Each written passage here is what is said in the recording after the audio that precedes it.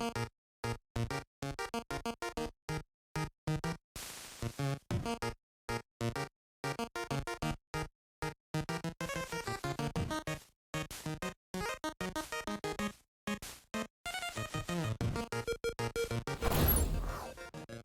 Rogues! Happy Saturday. Welcome to the Rogues Gallery. I hope that you're all having a good weekend so far. It feels weird saying happy Saturday because it feels weird. It doesn't feel like Saturday because I took 2 days off. I was off on Thursday and Friday. And so I can't actually I keep forgetting that today's Saturday and that I also have tomorrow off. Feels like today should be Sunday at the best and that I should be playing Mass Effect. But I'm not. It's Ultima 5 day, it is Saturday, and I know this because Sam was on earlier. But Hikey squared. We do apparently have, we attracted a couple of bots at the top of stream. It happens every time we go live, and my mods are bot hunters. They will find them out and they will hit them with swords. So, if you see things banned that have not even been chatting, it's most likely because bots like to find the small stream. Waves band hammer. Also, you'll see I only have one ear in right now. The U.S. Postal Service is supposedly going to be delivering some things to my place of residence today, and Philip's not here today, and they have not come yet, but if they come, I need to be able to hear when they knock on the door, otherwise they don't leave the things, and then I have to figure out time to actually go to the post office to pick up the things. So I have only one ear in to be able to hear the music, and I have my door open, which I never have my door open stream. So anyway, basically at some point in time, hopefully there will be a knock at the door and I will get really startled and run away for a minute while I go answer the door to collect packages from the postal service. Yeah. But yeah, it is Saturday. Notice there is tags, and that is because it is official now.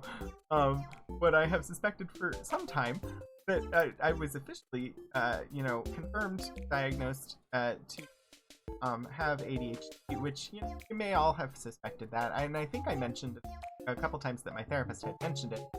But wow, it was a really strange feeling to get the diagnosis. So Thursday is when I got the official, from an actual, psychologist who said, yes, you have this, which also I have had this since I was a child, because you have to have had symptoms when you were a child or they won't diagnose it. It's one of those things. And just over the past 2 days, so many things, so much more sense. And to be honest, even a couple of years ago, I never would have suspected. I just thought I was weak. And that I had a lack of... that I had failings about me. That why couldn't I do better? Why was I so distractible? Why was I... just lots of things about my life that I constantly just thought that I was not good. I was failing at things that other people did well, and that I thought it was a failing in me. And 3 years ago, I think, a colleague of mine who I was having a one-on-one meeting with asked me if I had ADHD, and I was like, no. And she then explained that the reason she asked is because she does. And I didn't think anything of it at the time. I was like, oh, okay, whatever. But over the past couple of years, I learned more about it and was like, oh, all of these things describe me. And so, it's funny, after I got it, I just went out and was just looking at ADHD memes and scrolling through just a bunch of ADHD memes, and literally everyone, I was like, yep, that's me.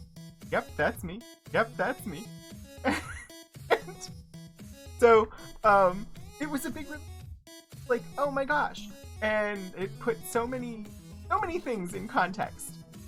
So of course, you know, I've been in therapy for a while, otherwise I wouldn't have forward with like getting assessment and stuff like that. But this opens up options. I can actually like look into actually treating this mental health issue that has been with me my entire life that I didn't know I had, that has gone untreated for decades and has made my life harder. So it's a good thing. yes, everything I've been posting on Twitter and such. Yeah.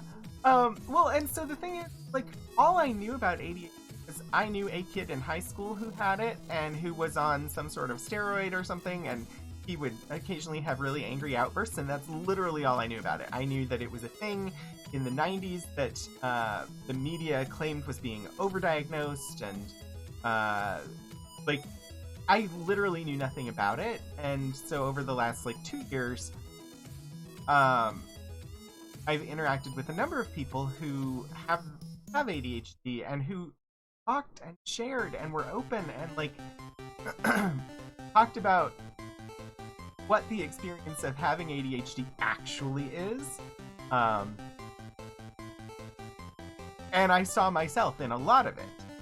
And that was what finally got me to go back to therapy, and what actually like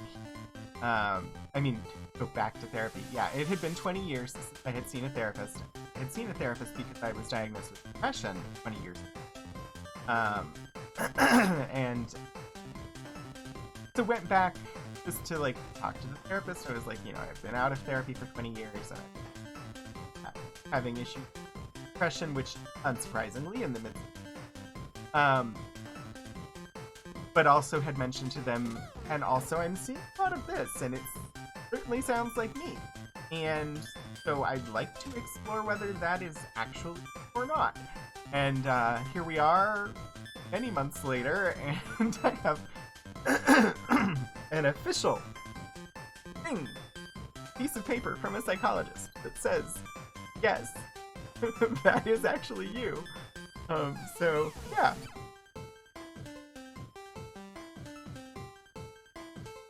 Anyway, this is the first time I've been live since that, and felt really weird sticking the tag on, but at the same time, it's accurate, so I put it on there. And, you know, we'll see. I'll I thought it would be really difficult. Like, I was really, really, really stressed about, did the assessment, and I was worried that they were gonna come back and say, nope. Because there are a lot of stories, a lot of people like experience of like, as an adult, it's really hard to get your diagnosis. Childhood or a childhood thing, and therefore there are psychologists out there who will not diagnose adults, period. Will not do it. And I know from people that I know in services at university who work with students to try and get their beneficial diagnosis with them so that they can accommodations and things like that. And what I had heard from them was that typically you can get diagnosed for under $1,000. And I'm like, that's really expensive.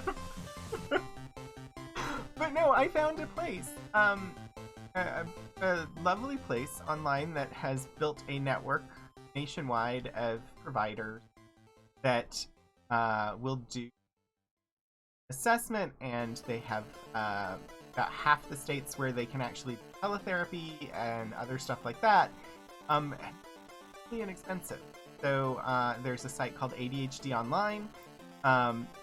that has a network of doctors that they work with all across the U.S. And so I did their online assessment where you answer a bunch of questions, a lot of free text, whatnot. And the assessment goes to a licensed psychologist where you are.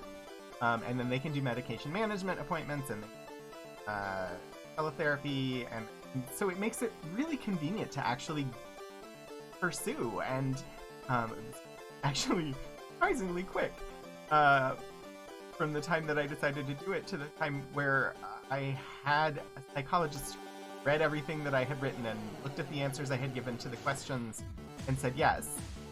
And it was $150. So ultimately a really good experience. I have not done the next stage, which is connecting with somebody to look at treatment options. But yeah. Yeah, Crafty Becky, it was a good experience, and where I live, they are fully authorized to provide all of their services. So they can do the assessment for all 50 states, US, and if they can't provide treatment options in the state where you are, they provide you with a report that you psychologist where you are. But then in like half the states, they are authorized to provide treatment as well, which is pretty cool. And there, I was a little nervous at first because like anytime something pops up as a promoted site on Google, like when you search for something and it pops up ad, I'm suspicious and investigate. But I looked into stuff on their about page. I looked also hashtag not sponsored. Looked into stuff on their about page and read a little bit about like why they existed, what their philosophy was, and basically they built their site because the process of getting diagnosed was really long and complicated and expensive, and they wanted to change that. And one of the FAQs is, am I guaranteed to get a positive diagnosis from this? And their answer was no, which is the right answer. Like, no, you don't have it. We will tell you that you don't have it. Which, yeah.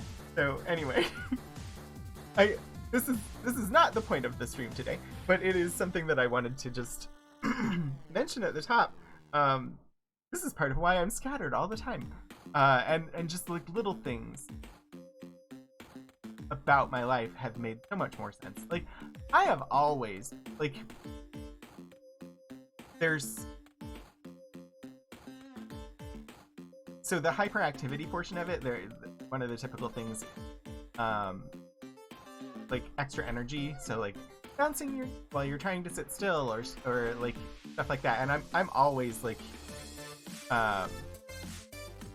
doing stuff with my hands, and so they're called, I guess, stimming behaviors, and they can be associated with multiple things. One of those, and for me, some of them, like, one thing that I have done for years that I was just like, why can't you stop doing?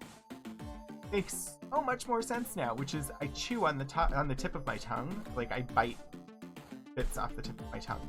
It is a thing, and I have tried for years to stop doing it, and I do it unconsciously.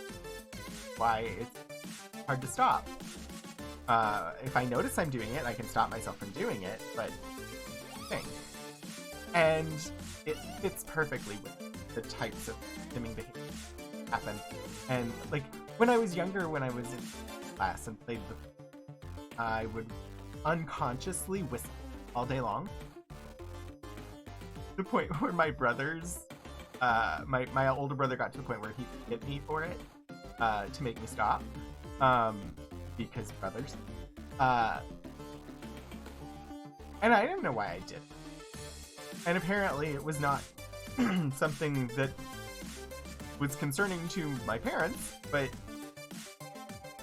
looking back, it's definitely like that fits the pattern. Like things like that. Or just like if I'm driving a long distance, I will daydream and stories in my things, just all sorts of like looking at my life and thinking, oh, that makes sense. I didn't know why I did this, and now I do. And so it was a really big relief. It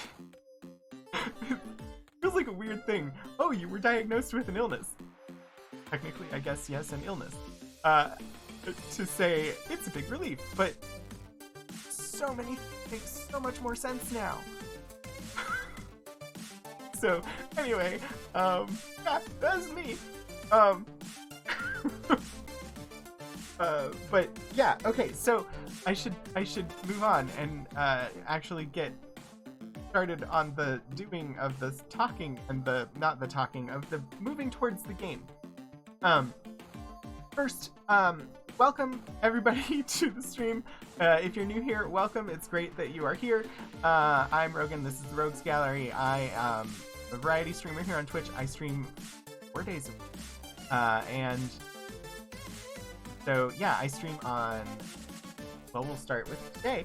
Saturdays. Saturday, I play retro games, and what that has meant since the day I started streaming is we're playing through the Ultima series. We started with Ultima 1, we're currently on Ultima 5, and I really enjoy the games even though they get really frustrating at times. But I have successfully played 4 of them. 5 is not a first playthrough for me. I played it. It was one of the very first computer games I ever played, but that was more than 30 years ago, and I don't remember it. So, it's not a first playthrough, but it might as well be. Sundays, I didn't used to stream on Sundays. I used to have a day off.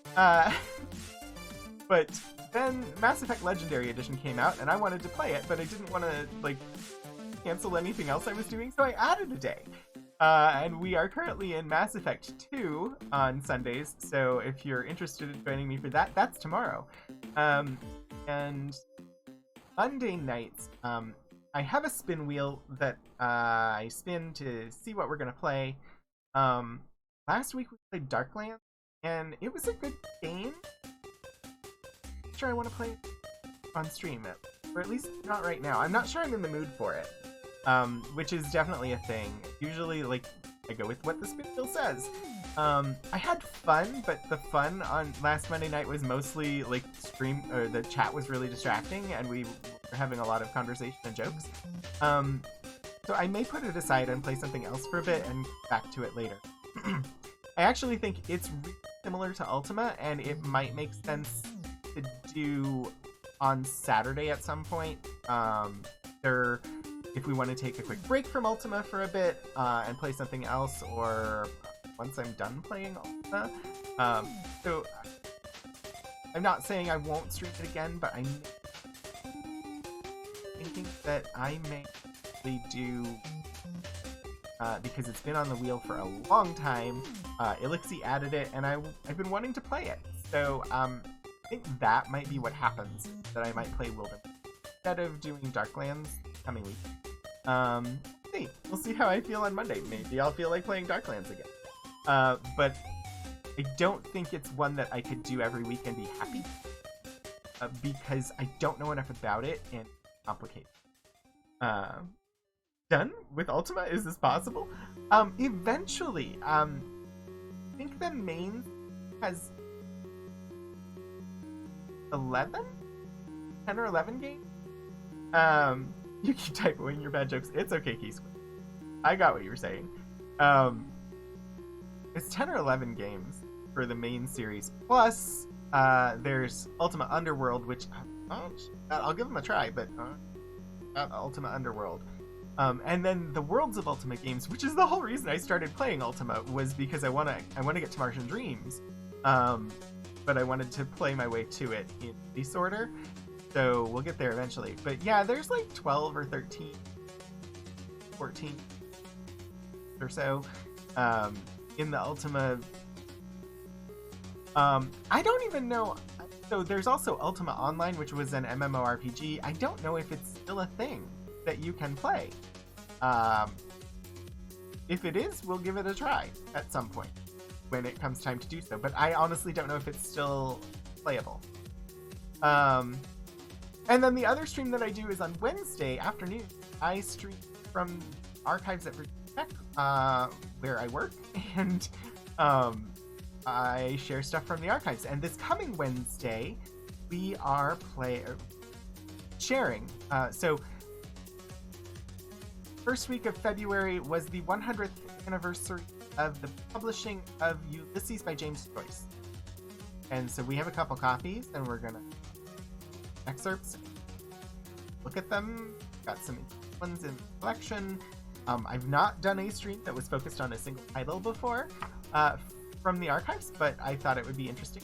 And it suggested that that was one of the more interesting things that corresponded with something recent, and so we're going to do that. And then I have an idea for later, the after that, that I will have to investigate on Monday, and so Wednesday I'll give it up. Anyway, Ultima Online is not still playable. Thank you, Elixir. I kind of figured it wasn't, but, you know, whatever. I missed that boat. Anyway, so those are the things, but today is Ultima, and I probably switch to the Ultima screen, and we can look at where we are, which is in jail, with no money. And I have not, I thought I might do some grinding off stream, and I didn't. So we have no money. We're currently in jail. I did pop in for like 5 seconds to confirm that it is possible for me to get out of jail. And we will not have to completely restart the game, which is good. But anyway, yeah, I'm gonna stop Pretzel, because this game we have the music installed via mod. It's the only mod that we have turned on, and only because the GOG version is the PC version, and the PC version, because at the time that the game came out, PCs did not really have robust sound cards. While there was music for the game, they didn't bother to put it in the PC version. But via mod, okay, we were able to add it back in. So we have the game music. Where's my button? There it is. Okay, you know, it would help if I actually opened the game, wouldn't it? Don't mind me. I'm just gonna open the game so that we can actually play the game. Do let me know if the game sound is too loud once we actually have sound. Because what I hear in my ears and what goes out over stream are two different things, and so I don't actually know. It looks like it. Yeah, okay. Is that better? I hope that it is. Do let me know. Can you still hear it? But is it at a reasonable level now? Now you don't hear it at all. Alright. Is that doable? I wish I could get these sound settings to work for me, but, you know, whatever. Okay. Stop there. Got it. Alright, Ultima 5, Warriors of Destiny. And you can see the map above me. We also have our handy Excel spreadsheet where we've been tracking the quests and the people that we have spoken to, and any other notes that we're taking. As this is late 1980s computer role-playing game, meaning notes. Take notes.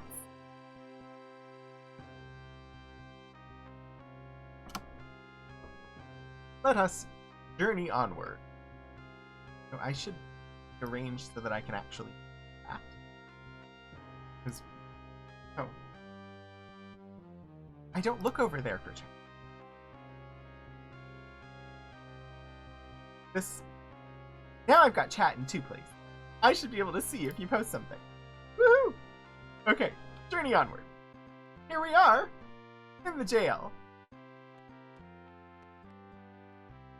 There's a door. There's another door. Lots of secret doors. They're all locked. You know how I know they're locked? Because just below the door handle is a yellow pixel, which means the door is locked. So we're just going to pass some time here in jail. We're in the same cell as, what's-his-face? I forgot your name. Jerome, whose brother comes to visit him. We know this from conversation that we have had previously. I also know how to get out because I tested it to make sure this wasn't a completely dead save.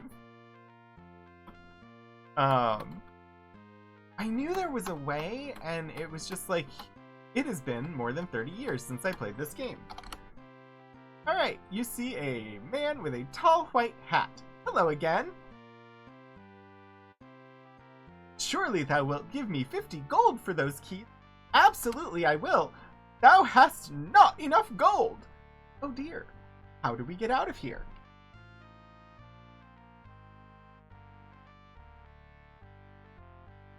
We didn't have enough gold, so he just gave us 5 keys. Because we didn't have any keys left. And we couldn't unlock any of the doors. And we also basically have no gold. Nice, he gave us 5 keys.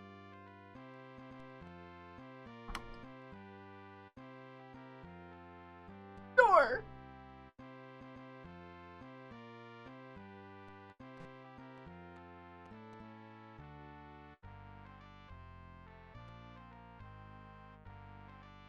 Alright, I'm gonna like stand in the way. I want to get out of here. Broke. Oh, I'll talk to you? No response. Greymarch. Have we spoken to Greymarch? I think we must have. We have. Okay, anyway, I should move along. Out of the jail. Let me out! Let me out! Aha! I have escaped from the prison! These guards and their extortionary taxes will not hold me! Alright, that merchant is a merchant. Jailbreak! Alright, open the door. Aha! Guards! I have escaped you! Oh, we have Blackthorne's Law of Justice. Have I written this one down? I know we've read it, I just don't know if I've written it down. I have not. I should probably put these in order. Honesty, compassion, valor, justice, sacrifice, honor, spirituality.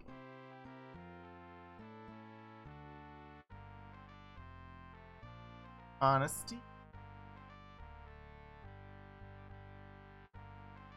Compassion. Hold, please.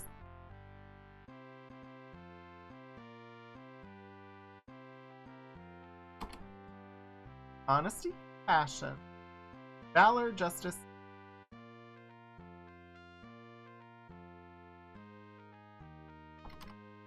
Valor, justice. Sacrifice, honor. Spirituality. Just so we're prepared. Plus, having them in order is helpful.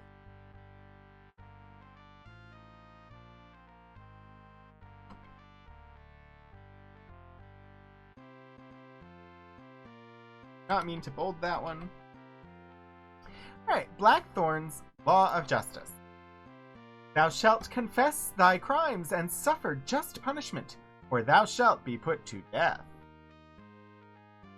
Problem is, they make you confess even if you didn't do any crimes.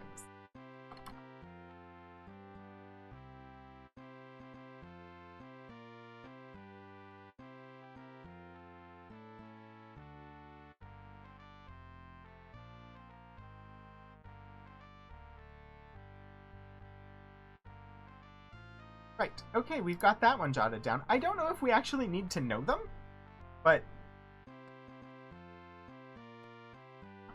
yes, let us... Oh, we're in you.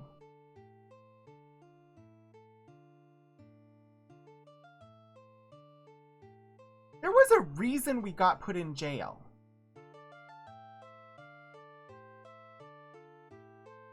I think it was because we wanted to go back to the castle.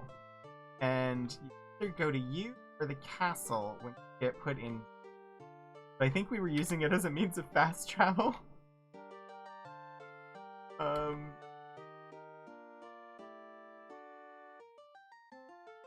Yeah, we weren't coming here to get ginseng, because we don't have money. Alright, if I go south from here, I will eventually arrive at the castle.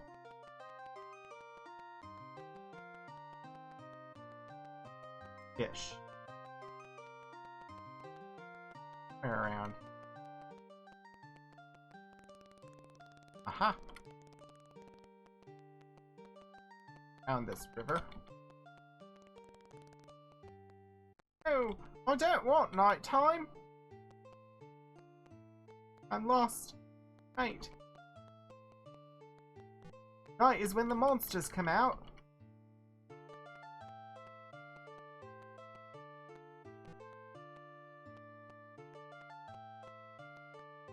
Okay.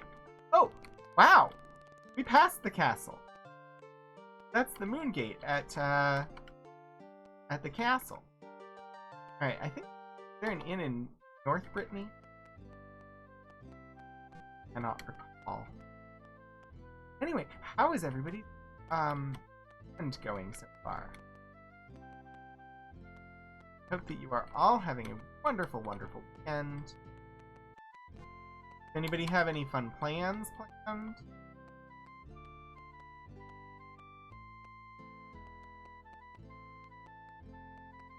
Elixir, how are your new doorknobs? Oh, the inn is across the water.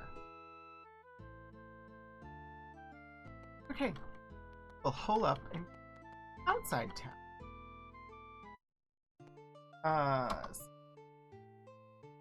45 minutes until you're off work. Then D&D with friends. D&D with friends is a good thing to do. Also, hooray for the end of the workday. Rest for 9 hours. And I can keep watch. Want the others at full health. I'm sure I mentioned it before. We had D&D last week. We don't have D&D this week, but during our D&D, we had I got to debut my new character, named Glimmerwing, which, oh my gosh, was a bad choice of names for me, because in my Forbidden Lands game that I play on Wednesdays, my character's hometown is Glitterhome, the Glitterhome Forest, and so having my D&D character named Glimmerwing, while my other character is from a place called Glitterhome, has sure been confusing. But Glimmerwing is a Rune Knight fighter using the fairy race from Wild Beyond the Witchlight. And it was so fun! Because I got to... we started essentially with a battle. Like right after my character got introduced. Traveled for a tiny bit. And then we had a battle with 2 carrion crawlers.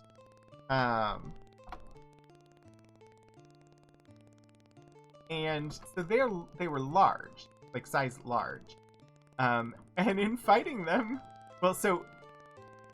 the very first roll of the game for me was my character has the entertainer background, and my very first roll was a performance roll, because they offered to play a song for new people that they had just come across on their bird pipes, which is their instrument.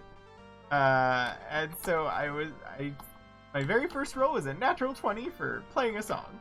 But then we were in the battle with the Carrion Crawler, and I used one of the Rune Knight abilities is that you can grow to large size as a bonus action, which provides a couple of benefits.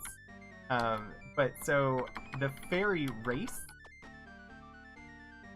in D&D, they're not tiny, because I guess mechanically a tiny creature poses too many challenges for balancing the game with regard to ability to use all of the same equipment as the rest of the party and stuff like that. So the fairy race in D5e is small rather than tiny, which is fine, but I have to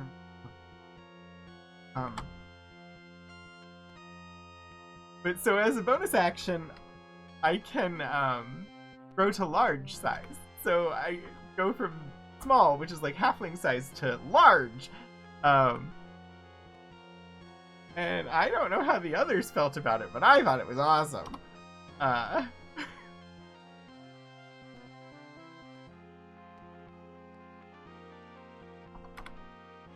Plus, then, like, my next 2 rolls during the fight were both nat 20s.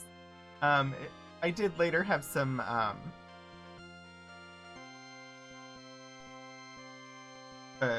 think I had 2 nat 1s that night as well, but overall, it was a good session for me. Last time I tried playing a fighter, like, they were, like, super maxed out on, like, did I get points? Thought I jimmied the key break? I bet the key. I wasn't paying enough attention. Cast on Nox. On okay. Yeah, my prior fighter character super strong. Tried doing anything strength related and I rolled like single digit. It was very frustrating. We're doing better. We've got 56 gold now. 2 more fights with trolls and might be in a... Oh, gee. Look at Julia's health. I should rest. 9 hours. Yes? Jana will take.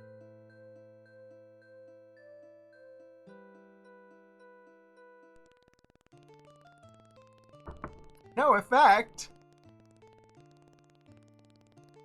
That's not good. I needed to heal.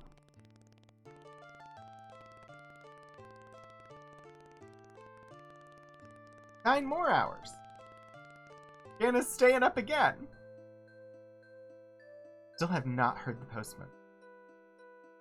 They usually come before now.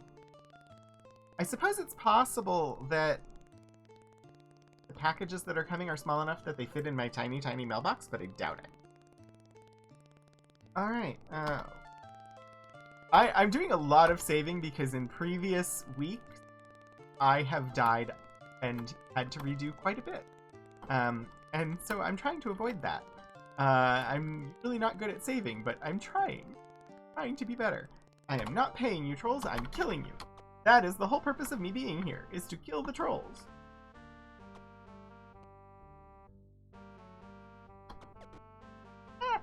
Oh, don't hurt me.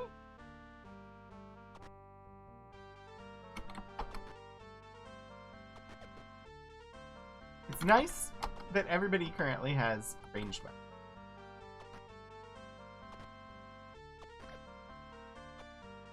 Come on, knock down those trolls. Slowly.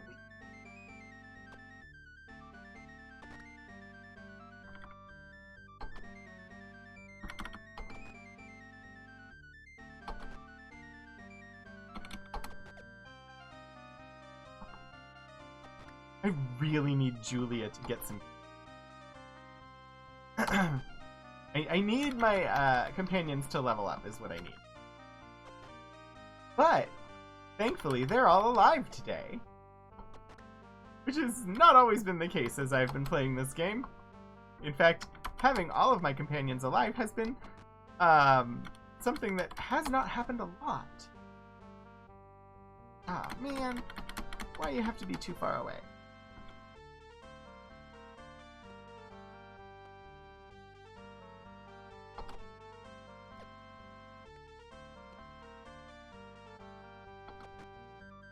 They're not going to drop a single chest, are they?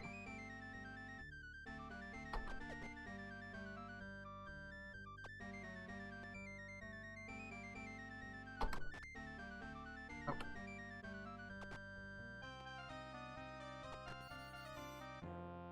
Not a single treasure chest. Is it because I've been stealing all of the riches of the trolls, so they have nothing to give me now?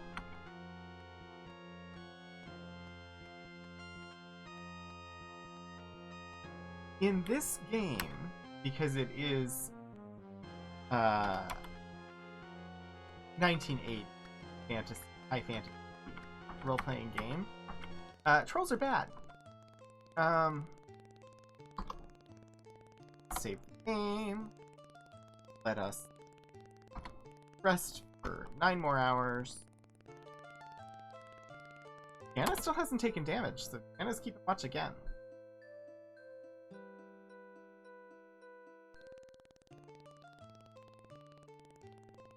No effect.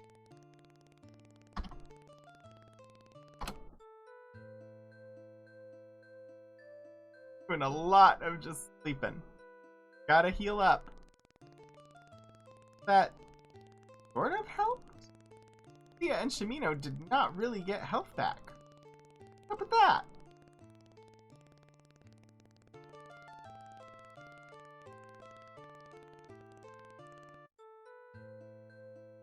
Also, a number of my characters have leveled up, and I just need the apparition, the strange apparition, to show up.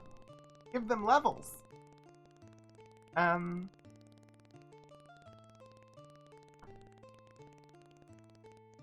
Fight some more trolls.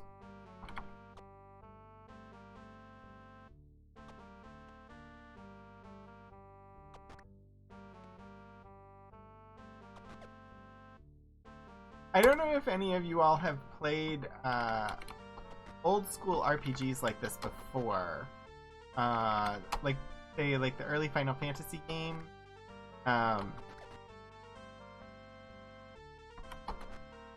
But grinding for resources and levels is a thing.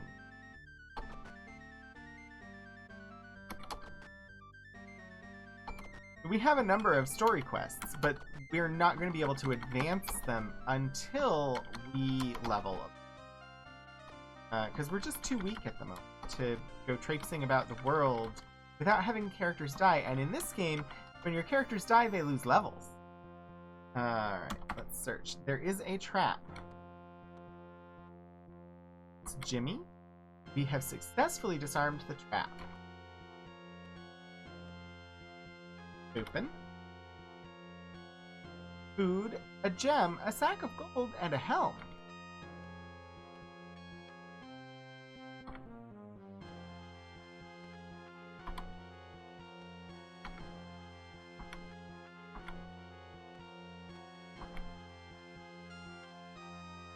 There is a trap.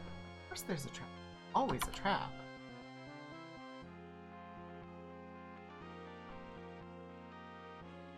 Successfully disarmed the trap, we can open the chest.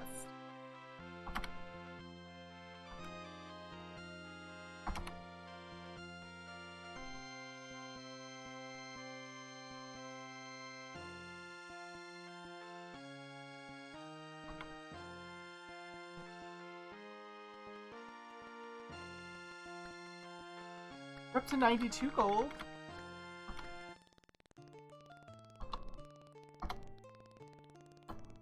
Let's see if we can attract some more trolls.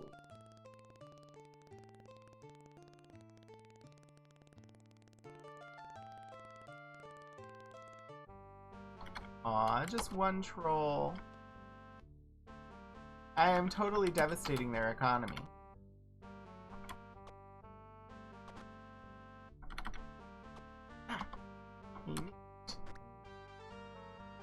Come on. The twirls. Kill the twirls. Kill the twirls. Kill the twirls.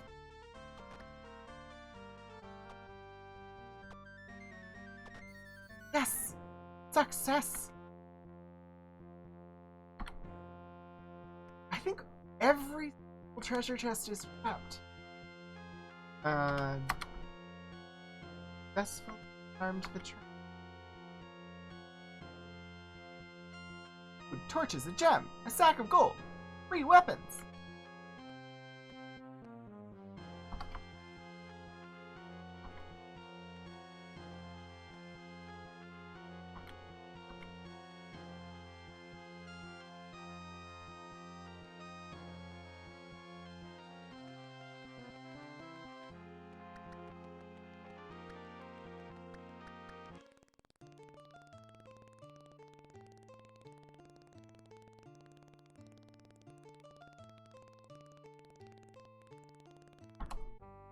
One more troll. It is pleasurable killing trolls on the internet.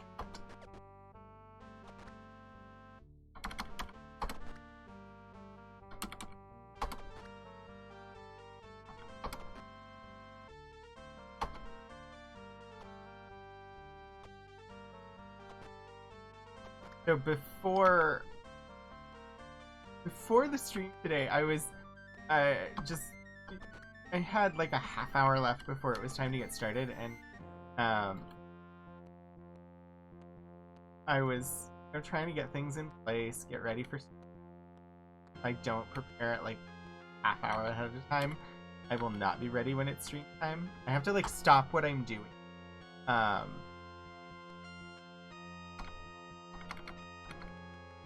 And start getting ready for a half hour in advance. Otherwise, I would totally miss the start time of the stream. But so I had time. I basically had things ready to go. And so I was looking around like, okay, what am I going to do now? Because usually I have like Librarian Liz's stream on before mine. But Liz wasn't streaming. So, there was a box that my copy of the One Ring RPG came in, that was sitting on a footstool behind me, and has been there for what 2 weeks now, because I just had not broken down the box. It was full of packing peanuts, the nice cornstarch packing peanuts. And so I was like, well, I guess I could actually do something with that. And so I took it out to the kitchen and poured the cornstarch packing peanuts into the sink to dissolve them in water, because that is what, with the cornstarch packing peanuts, they dissolve in water. If I had like a garden or something, I'd probably put them there and dissolve them into the garden and use them, I don't know, some sort of fertilizer or something. Or just cornstarch. Fine. I don't actually. Don't do that with your own garden unless you check to see first if that is actually good. Because I don't actually know. I'm not really a gardener. But anyway, cornstarch packing peanuts. So I was dissolving them in the sink, and I was thinking about how cool they are. Because I used to work many years ago, after I dropped out of college. And I'm out of arrows. I will say, dropping out of college was not the best decision I ever made. Also not the worst decision I ever made.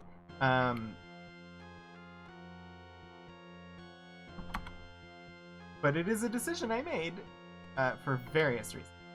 I did eventually go back. I did eventually finish, and eventually got a master's degree too. What? What the hell? I had 2 people search it and they said there was no trap. We are not accepting Shimino's death from opening a treasure chest. I'm gonna reload because we've been saving for just that reason.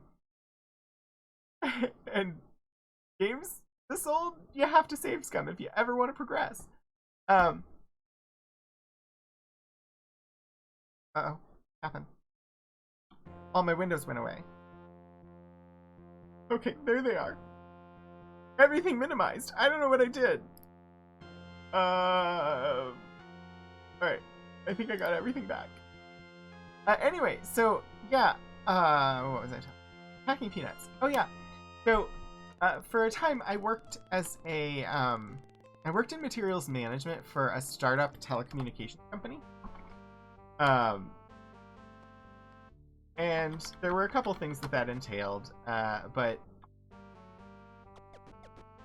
a lot of jeeper. Oh, hey.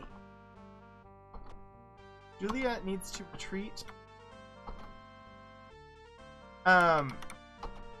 One of the things that it involved was, so I did inventory management for them, but when the shipping person was out for some reason, I ended up having to do the shipping too, and so I became somewhat familiar with the materials involved in Jeepers, primarily shipping and receiving. And because of that, I find like packing materials somewhat fascinating at times. I should not have done that. And so the cornstarch packing peanuts to me are just amazing because we had like plastic air bubbles and foam and stuff like that to use, but we never had anything that was biodegradable or dissolvable or anything like that. And so I'm a big fan of the cornstarch packing peanuts that you can use for, I don't know, like I said, maybe fertilize your garden with them. But that you can dissolve them and they're not as bad as plastic. I won't say they're good, because they require growing corn. Because you get cornstarch from corn.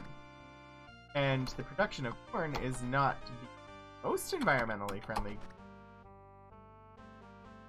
production that we have in this world. But better than plastic. I don't even know why I'm talking about it. It was just a thing. Just before stream, I was like having fun, I guess, because I filled up the sink with packing peanuts and like, oh, Shimino, run away. Took the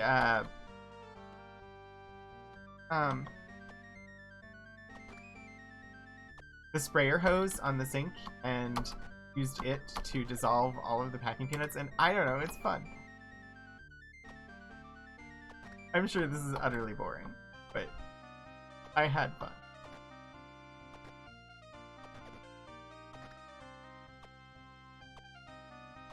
Come on. Kill the trolls. Hit them with your weapons. I already had to have 3 people retreat because they were in single digits.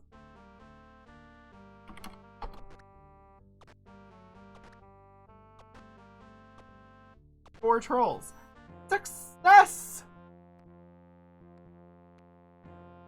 Search. There is a trap. Gimme. Success.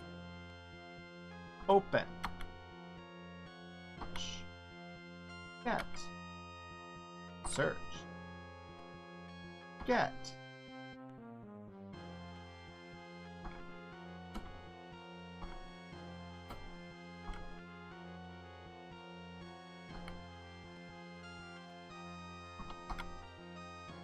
Thou dost find no trap.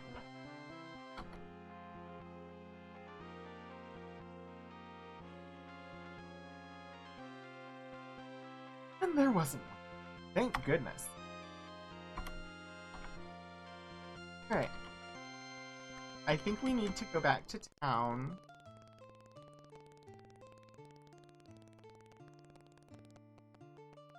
Out of town.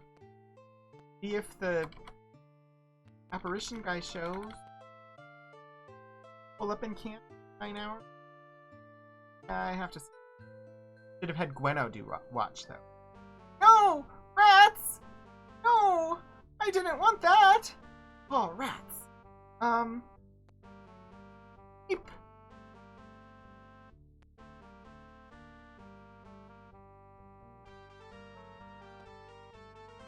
Rats are poisonous!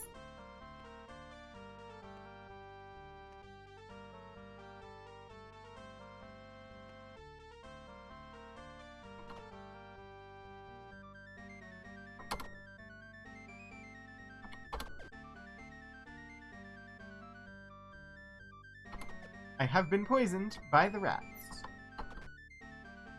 This was to be expected.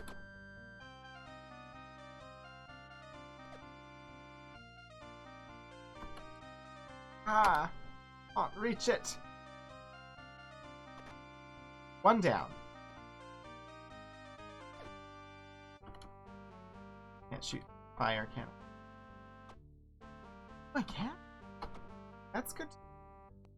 Oh, I should not have stepped over there. I can attack diagonally in this game. Oh, too far away. Don't hit me!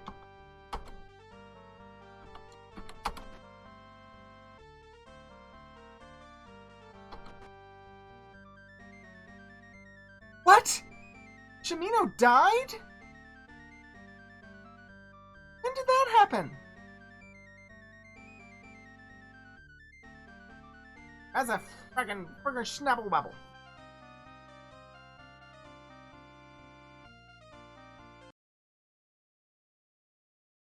Trying to level.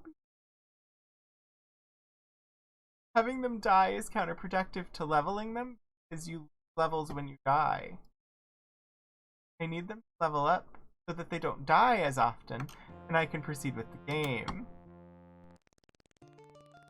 Right, we're going back to town. We're going to sell things, I think. What do I have in my inventory?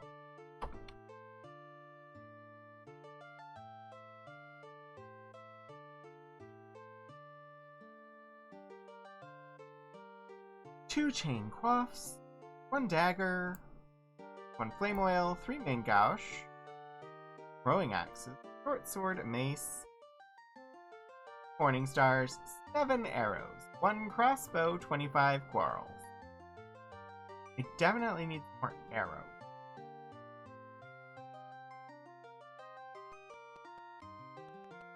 Go into Britain.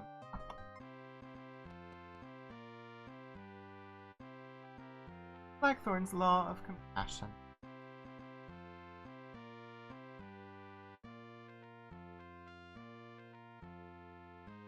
Thou shalt help those in need, or thou shalt suffer the same.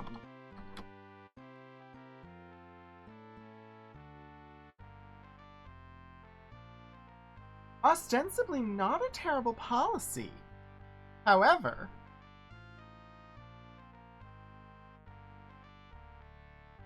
if you follow it to the letter as Blackthorne would enforce it, it means you have to help those in need regardless of whether you are also in need. And if you don't, you'll suffer the same need as them.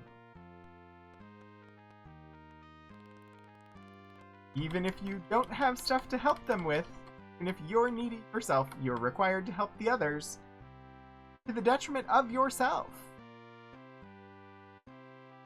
That's because it's Blackthorne's laws. Alright, Gwyneth says, "Greetings, traveler. Wish ye to buy, or hast thee wares to sell?" We are selling, because we've been trying to get some gold. Yes, 37 gold for that. 37 gold for that. Sell the dagger. Sell the flame oil.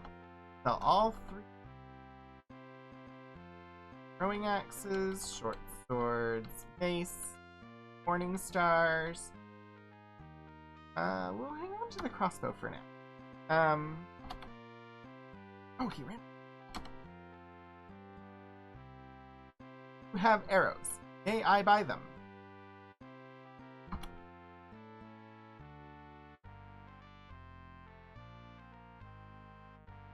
Hi, Galara Dragon. How are you today? I want that magic bow. There's no way I have the money for it. 1,024 gold. But look, we're up to 430 gold. We're down to 60 food, but we're up to 430 gold. I can't buy the magic bow yet.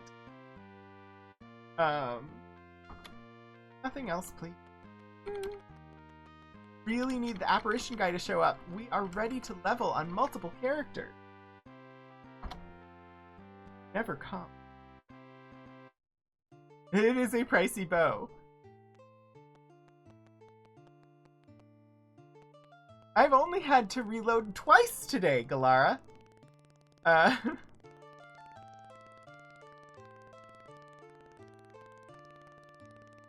Do I need to, like, run around more? What determines whether he's gonna show up? Because I've been fighting trolls and then camping. Am I just not moving around the map enough? Do I have to do more moving around the map in order for the apparition guy to show up and actually level my characters? I would really like some more hit points.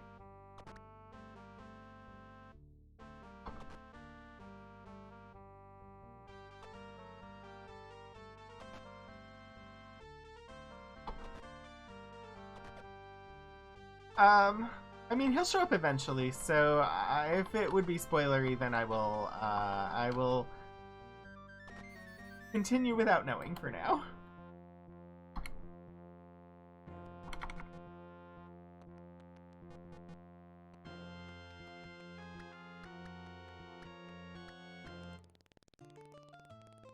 Look, Karma 11.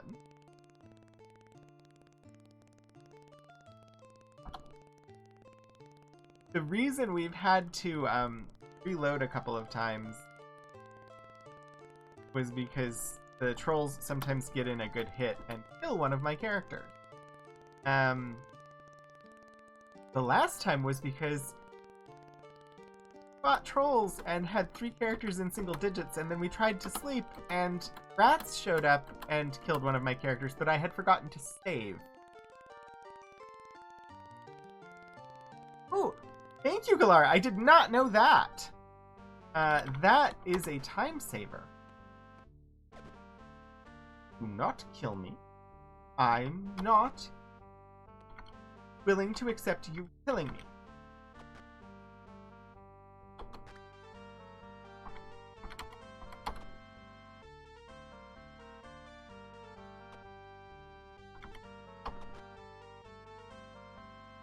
Raiding rats?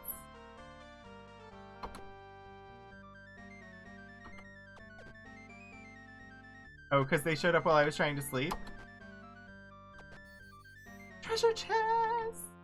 I've also learned, or at least remembered from previous, about searching and disarming traps.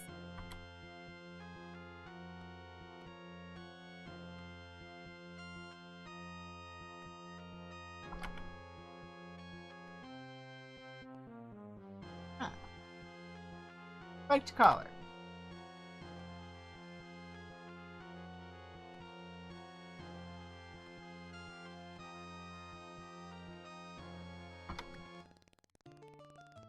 Nice! Yeah, search the chests and then use Jimmy to disarm. Saved. Okay. Gonna rest. Try and get back some hit for YOLO.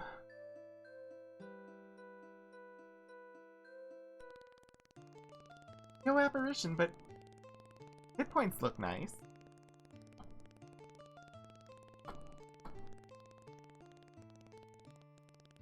I will not pay you, troll.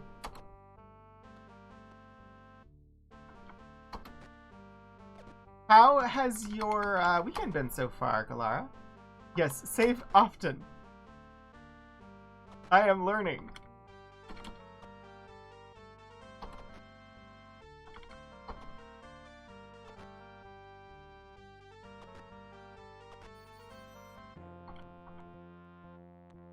Fine, search the guts.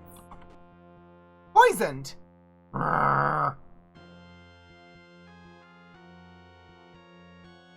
Cast on Nox on yourself.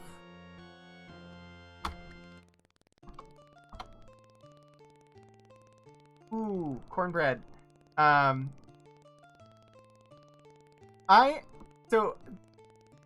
favorite cornbread that I ever had. Weird. I have a favorite cornbread. My favorite cornbread that I ever had was at Stella's Fish Cafe in Minneapolis. And it's not the cornbread that you can get at Stella's Fish Cafe in Minneapolis now, but their current cornbread is also really good. Assuming they're still in business. They were last I checked. But they had a jalapeno cornbread that had like candied jalapeno baked into the bottom of it and was served with this cinnamon butter, and was like the best cornbread I have ever had. Outside of that, my cornbread experience, or what I go for in cornbread, it was amazing. Galara Dragon. We've tried to do jalapeno cornbread ourselves with like candied jalapenos in it. Not the same. But ooh, level 5, awesome! The map. What was I doing? It's saving.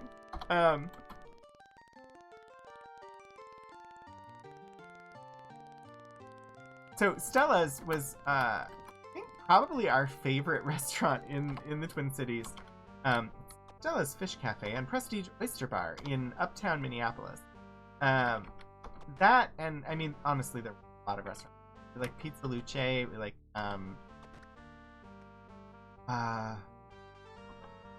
can't think of the name of this. Really like off the top of my head right now. But Stella's is where we had our rehearsal dinner for our wedding.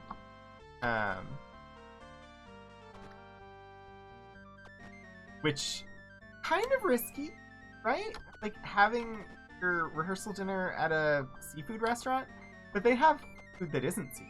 But like, so many people are allergic to seafood, but we love seafood, so we went for it. And we really liked Stella's, and it was a good time.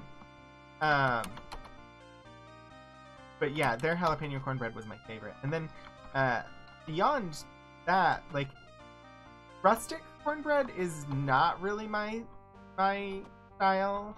Probably because it's not what I grew up with. Philip really likes the more rustic style cornbread.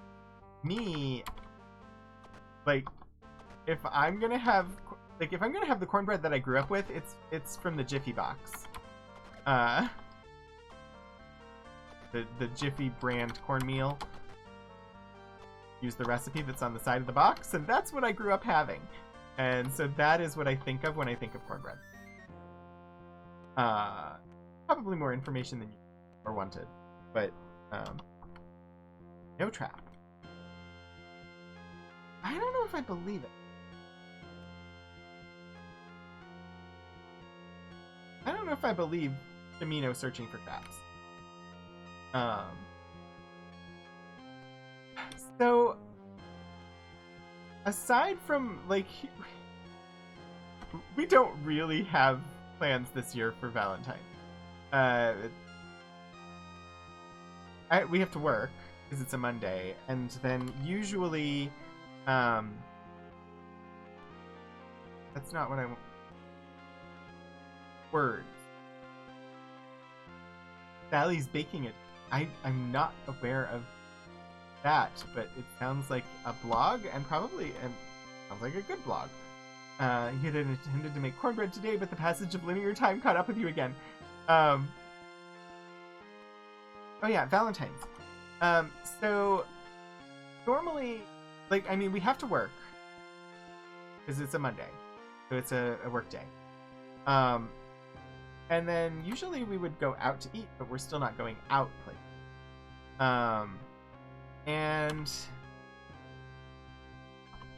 so we really haven't planned anything because it's also a day that I normally stream.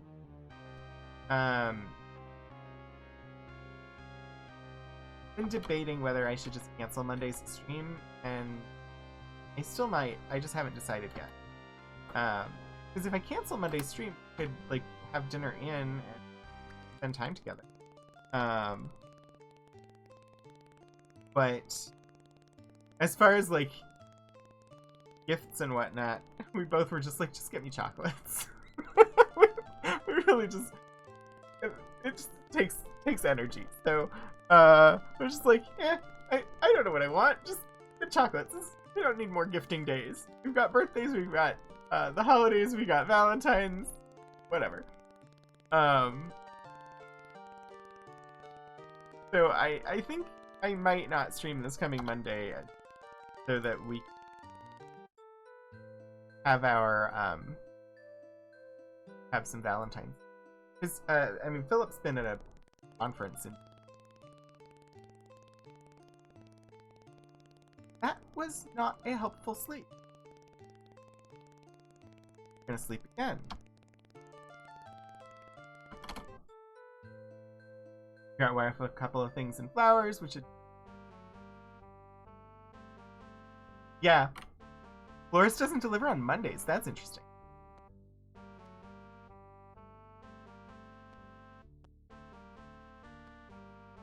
I suppose we are camping right next to the bridge, so having a troll show up makes sense.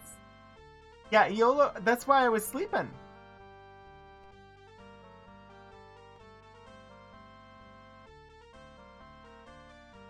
Get at this.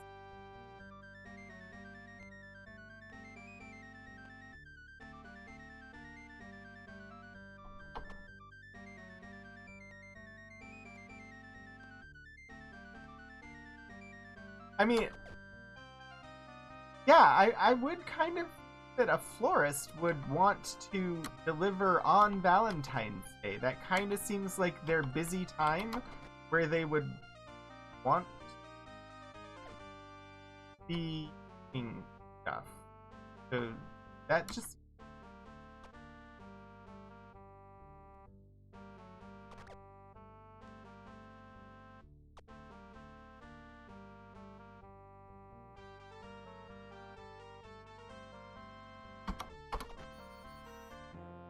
hey, but we got a treasure chest. No trap.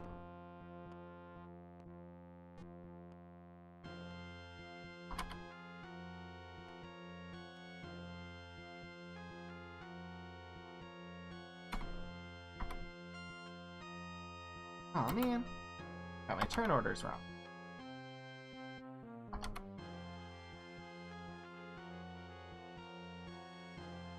I hit the wrong arrow.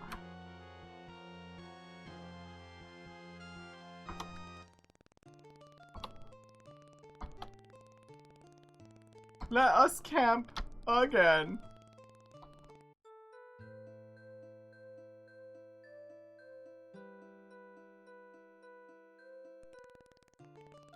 Sure. If you want to, that would be fine.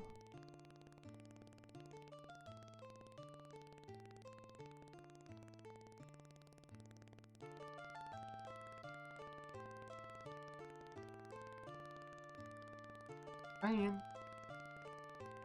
What we have.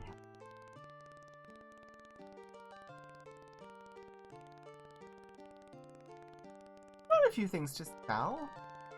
So the inventory's not especially. Did I save? I don't know. We'll save again.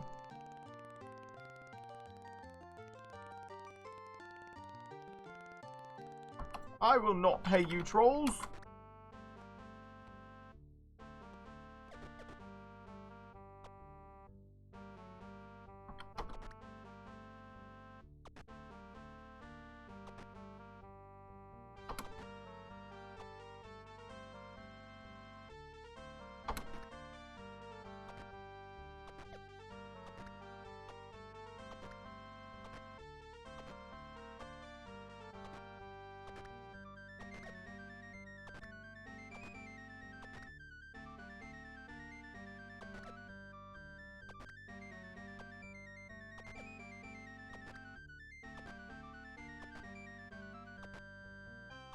One thing that I kind of wish there was in this game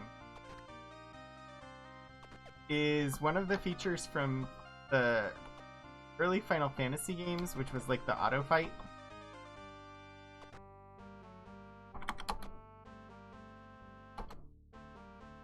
You have to do some grinding, and it would just be nice.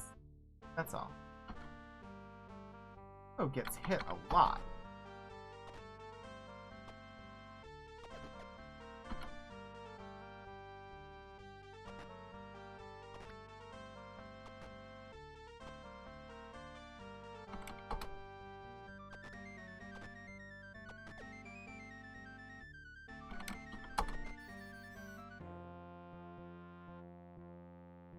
Oh, you get auto fighting in 7?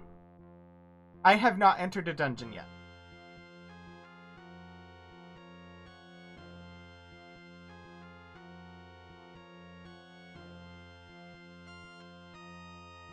Oh yeah, I knew that, I knew it was more dangerous at night.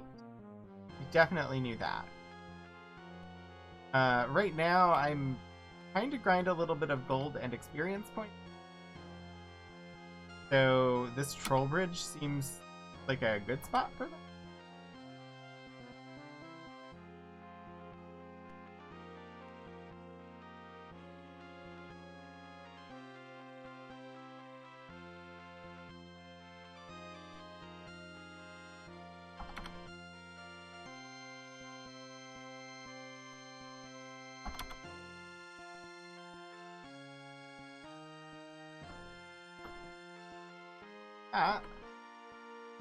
Plus, I can grind beer this way too, like and stuff. Trolls are good for grinding, yeah. But yeah, I've not been to a dungeon yet. All right.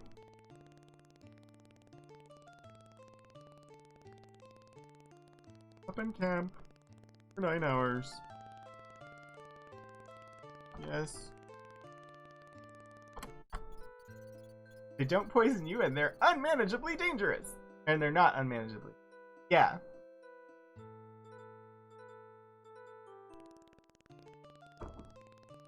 And they seem to drop a decent amount of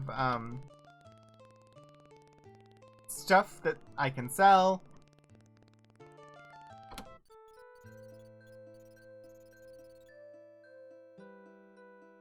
You didn't realize Gwenna was a bard.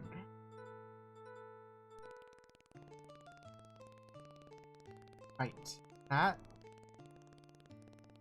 helped, but I'm gonna...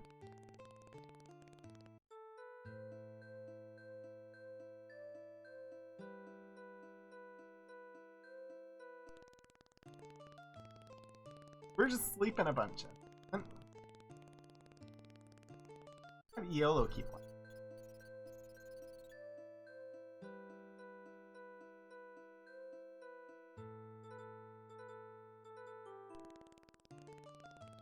I'm up to 69 hit points!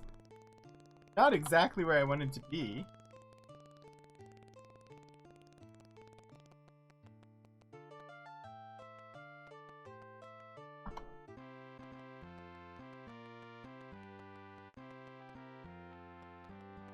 Noon. The merchant has left. Come back, merchant! I was trying to heal while I was doing 9. Now I'm waiting for the merchant.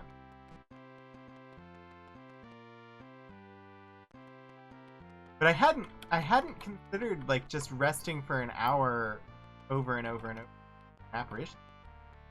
That might be a thing I should do. Come here, merchant. I am waiting in your store. Open your darn shop! Get back there behind the counter. I want to sell. I have things for you. Do you not want them?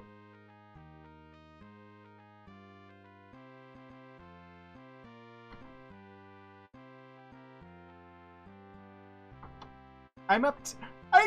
I've hit 4 digits! 4 digits!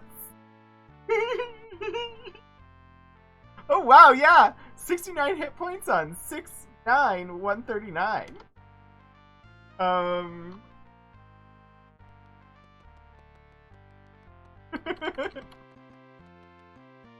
Everyone on the internet is a alright.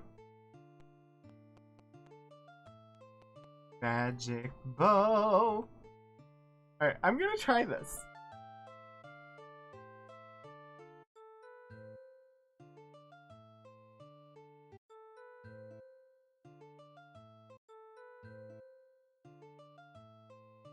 Oh, I didn't that, but that's okay.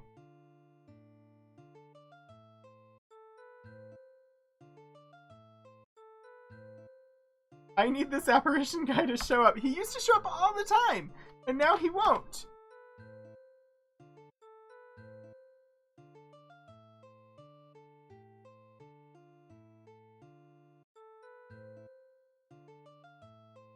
What is the 6, 7, 8s about?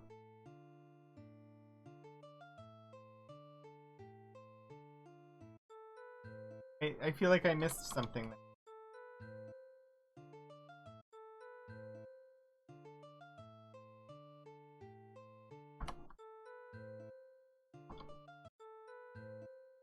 I really need this guy to come and level me.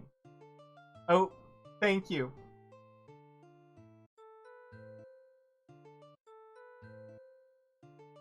Because I keep resting for an hour.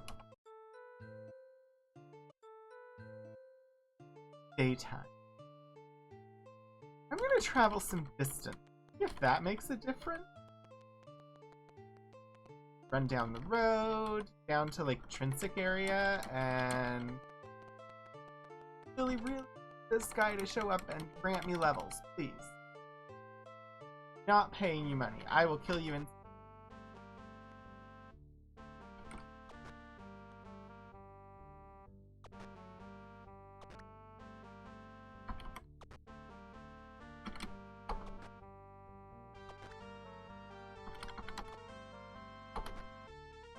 So, just because I'm curious, and I mean, you don't have to share, but I haven't decided for myself, what's everybody doing for dinner tonight? Because maybe you will inspire me. Possibly not, because if it involves actual cooking, there's every chance that I will not go anywhere near it, but I'd be interested to hear if you're doing anything good or interesting for dinner. Enchiladas. Not too long ago, Philip wanted them, and he looked at the requirements for making them, and then when he had put a bunch of stuff on the grocery list and was going to buy all the ingredients and make enchiladas from scratch, and he got to the store, and there was like a Gophers or something brand had enchiladas. And so he bought those instead because it was a lot cheaper. And that worked. He made rice to go with them, not knowing that there was already rice in the package. And then we were eating them, and I had not bothered myself to look at the list of ingredients, and discovered partway through, after I had already eaten them, that they had beans, which I do not react well to. I don't like the taste of them, and my body does not like processing them. So, it was not a great experience for me. But enchiladas in and of themselves are pretty good. Veggie meatballs, latkes, and samosas.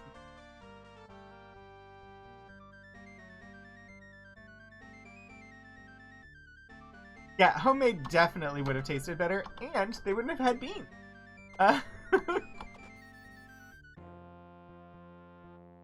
Completely unsure. Not sure if you're going out as a group or one of your... Oh, okay. More likely ordering in while playing.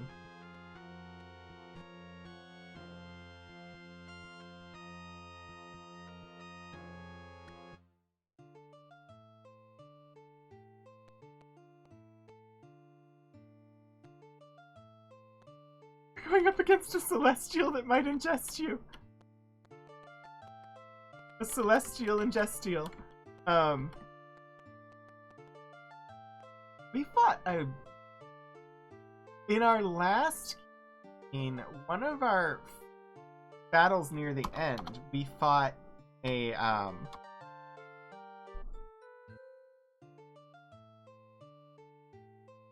god who was on another plane who had been poisoned by a demigod, and we were trying, like, the whole point of us fighting them was that we were trying to inject them with so we had worked with another god to get a weapon that could actually pierce the god's flesh, and we were trying to inject them with an antidote to the poison, but the poison made them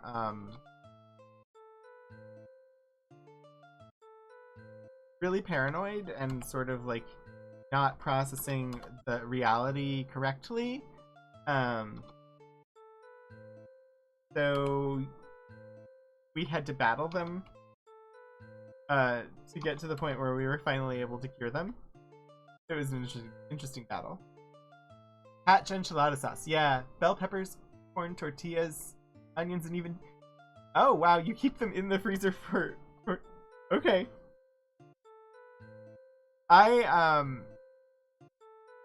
My experience of Mexican food, or like American Mexican, growing up was like the Old El Paso brand and like their tacos and stuff. I thought I did not like Mexican food because I don't really like the combination of the like taco seasoning spices. Not something that I really enjoy. Want the apparition guy? Why won't he come to me?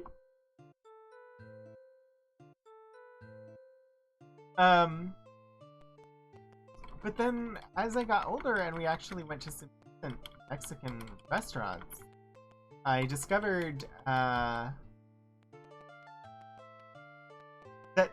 Mexican food includes quite a few seafood options. I love seafood, and a lot of them have sauces and seasonings that I actually enjoy. So it was really just a matter of I had not been exposed Mexican cuisine that was stuff that I would enjoy.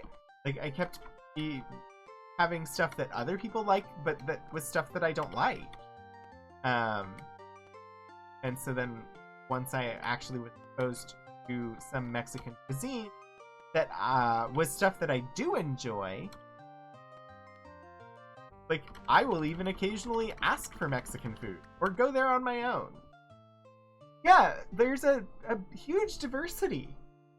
And yeah, I think it's more Tex-Mex that I don't like, but actual like Mexican food, especially their seafood cuisine, I really enjoy. And I mean, taco seasoning in general, the combination of spices that go into taco seasoning is not my favorite profile, but it's not the only sauce they make either. It's not the only seasoning. It's just like your US, we represent entire cultures with a monolithic and single palate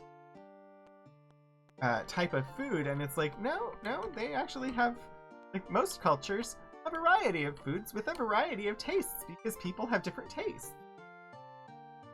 Yeah, find what you like and try new things. And I have nothing against like people that actually really love those flavors. They're not flavors that I really like. And so I never, like, I always used to get annoyed by Taco Tuesday because everybody was like really excited about it. I used to go and get I I used to go and get hamburgers at Taco Tuesday. Because everybody wanted tacos, and I didn't want tacos. But give me a good fish taco, and I'm happy.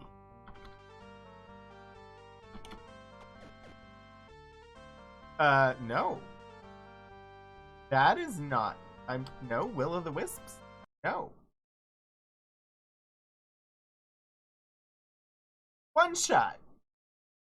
I'm pretty sure that those Will-o'-the-Wisps one-shot 2 of my characters. This is why we've been saving.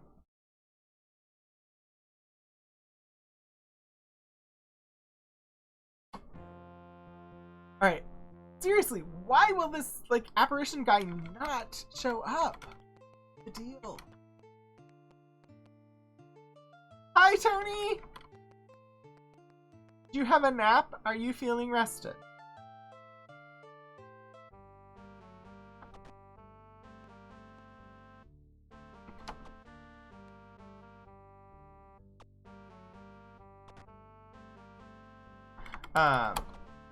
So I did go to the grocery store last night. I got a few things. They have these new frozen seafood dish things that are like chef inspired, and one of them is a mac and cheese with langoustine, and I may make that tonight because it was actually really good and not too difficult to make, although much more complicated than most like meals. This one, strangely, they want you to microwave it first. This is the oven direction. Microwave it. You preheat the oven, and then you microwave the dish for, I don't know, 30 seconds or 45 seconds or something. And after you microwave it, take it out, and then it goes in the... Then you wrap it in tin foil, and then it goes in the oven for like 20 minutes. And then it's ready. But it turned out really good.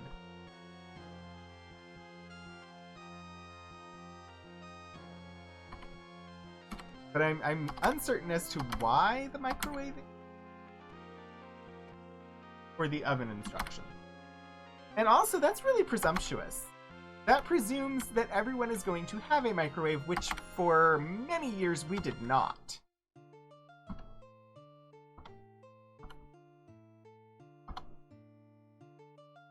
You had a nap. Yay! I'm okay, Tony. I'm just really frustrated that the game will not let me level up. I still haven't... Okay. Either the postman did not come today, or what was being delivered managed to shove into my tiny mailbox.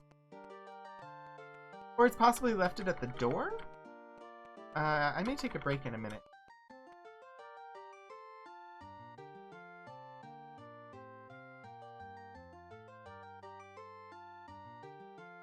Wait, Oh, yeah, go ahead, Galara. It's,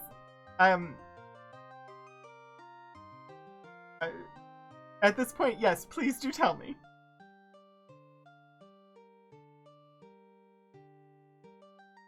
Get those atoms dancing. Because right now it seems like it's just not gonna happen. And it's frustrating me. And I'm literally just trying to level a bit, and why will it not let me level? I know I need the apparition to show up in order to level, but I don't know how to trigger the apparition, and I used to get him all the time. Like, every time I camped outside of town, he was showing up and yelling at me for not having good karma. I still don't have good karma. I have 11 out of 100 for karma.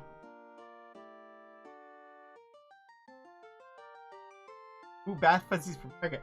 I'm not sure 100% what is being delivered, but there were like 3 packages that were supposed to come today, and it's after 5 o'clock, so the postman would have come, but I never heard a knock on the door. But the weekend postman, I don't know. It's just entirely possible that I just missed the knock, because I'm all the way on the other side of the apartment.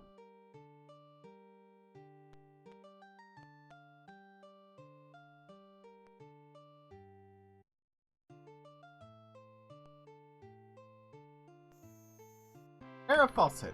Well, we are leaving that town.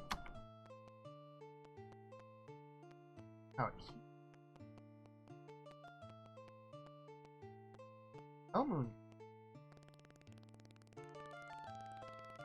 No, I already got my free time. We got 2 Binax now, kid. Not really meant to be a way to check your virtue, story-wise. Of the character's dialogue. Some who served on the Great Council won't help you if it's low. It's one of the things you figure out as you play. Well, I already knew that. We talked to, there was like a wizard guy on one of the upper floors somewhere. Told us that that he didn't trust me and helped me.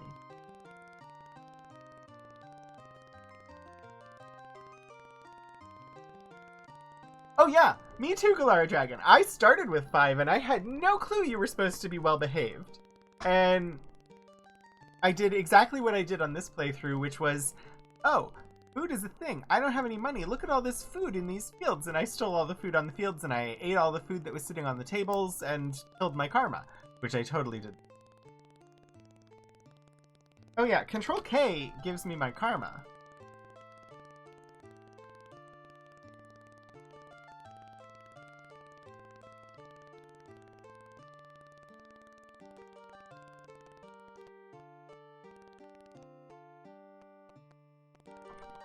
But how do I know if the apparition guy is gonna show up? He used to yell at me. He showed up all the time yelling at me for not being good enough. And now he won't show up and I need him to level my character. Do I need to improve my karma in order to get him to show back up?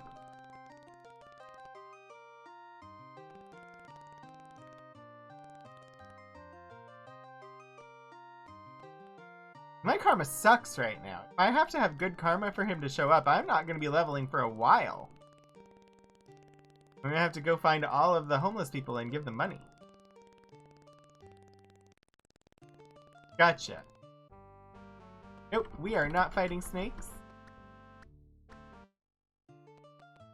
I'm trying to remember which city had the most beggars. Was it Minok?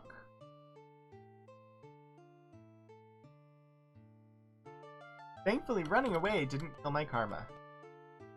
Minok. Okay. North.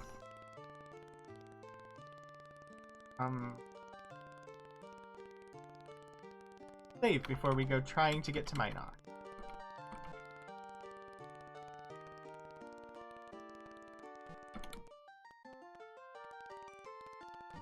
Everything poisons you, which is... Got 1 mouse. Might be able to kill it before it poisons me.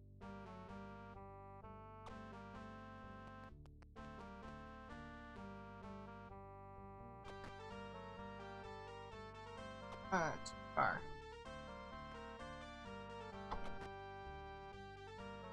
Still too far.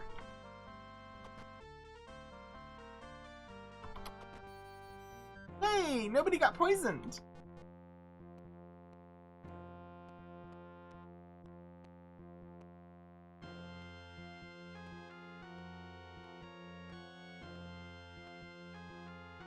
Search. A simple trap. Disarmed.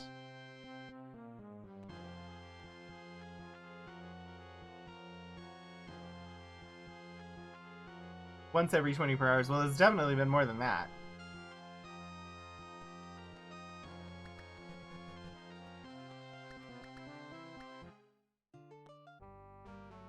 Orcs. This is the type of encounter that looks doable that usually kills me.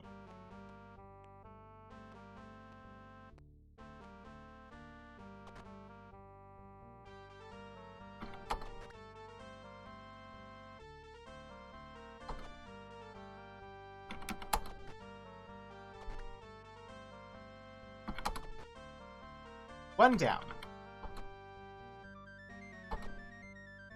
come on. He's close enough. You should be able to hit him. My D&D party is not good at... Like, I roll low all the time in this game. 2 down.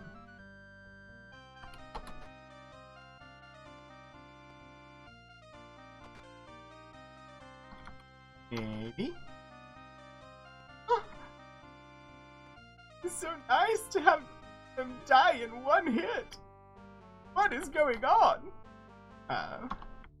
And that streak is over.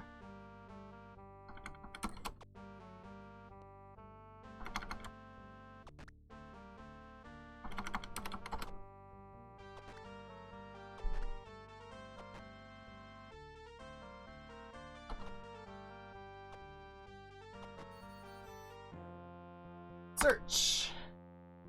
No trap. Open.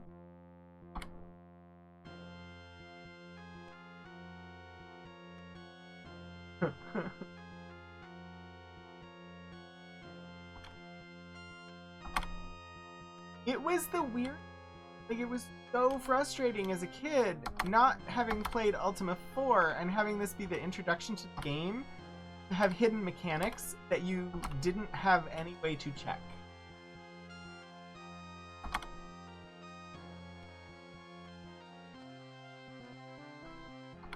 And to have no idea that it was something you were supposed to do is... How was I supposed to know you weren't supposed to just eat the food that was sitting there?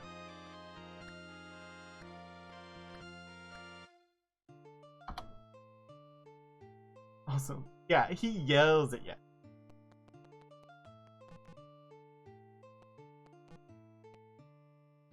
I don't know where I am. I am not fighting the spiders. The spiders will kill me with the poison.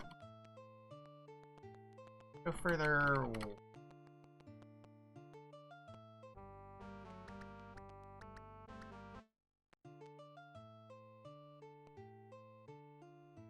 I am at swamp with a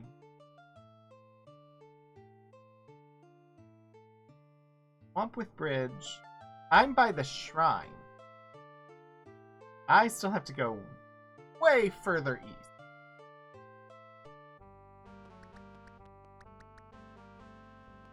Bloodborne is not difficult compared to Ultima 2, especially.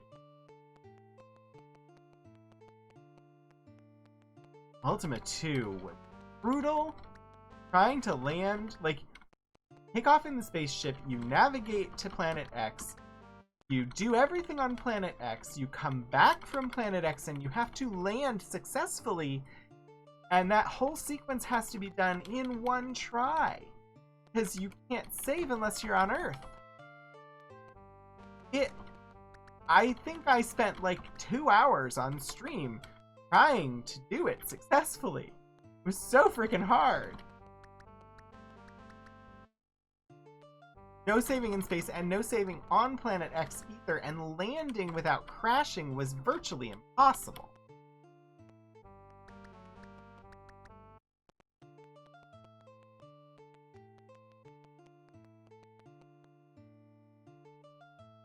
What is that?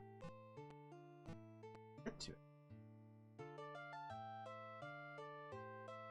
I think I'm on the wrong side of the mountain. Or the wrong side of this bay. I get over there. I know there's an overland way. I just don't remember what it is. You remember the Planet X stream. It was really frustrating. It was one of the most frustrating things I have done on stream. I felt like it was horrible to watch. I'm not fighting you right now. I'm trying to go to Minok. Leave me alone! Evan?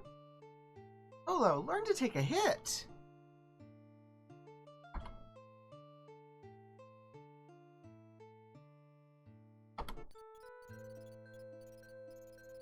Yeah, Ettins or no.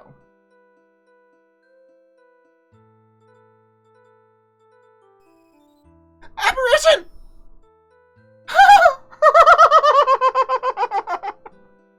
Hail, Aokon! For thy valiant deeds I shall reward thee! Thou art now level 5 and quicker! Hail, Janna!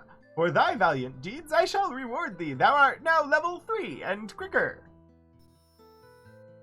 Hail, Iolo, for thy valiant deeds I shall reward thee. Thou art now level 2 and stronger. Hail, Iolo. Or, hail, Shimino, for thy valiant deeds I shall reward thee. Thou art now level 2 and stronger. Thou hast strayed far from the path of the Avatar. Seek now to renew a life of virtue, lest thy soul pass finally beyond my reach. Yay!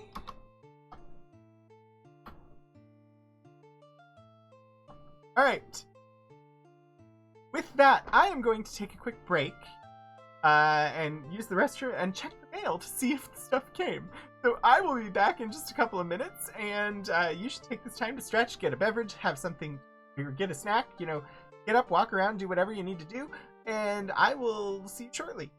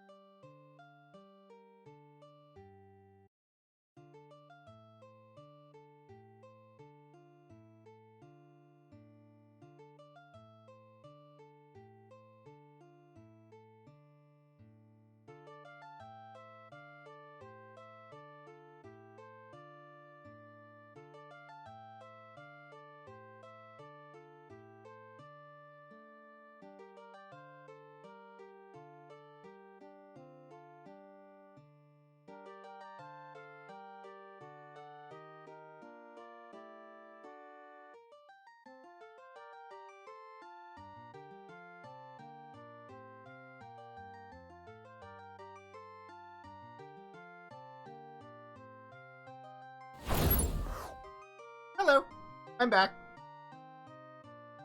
I hope you all managed to have a quick break. Something to drink, stretch, do whatever you needed to do. I ran out to the mailbox. And things had been delivered. Apparently they just stuck everything in the mailbox. I had thought that a hoodie was coming. Apparently not today. But there were a few things that could have potentially been coming that I wasn't sure would fit in the mailbox, but everything they put in the mailbox, they should not necessarily have put everything in the mailbox. For instance, one of the packages that was not for me was stamped, "Do not bend."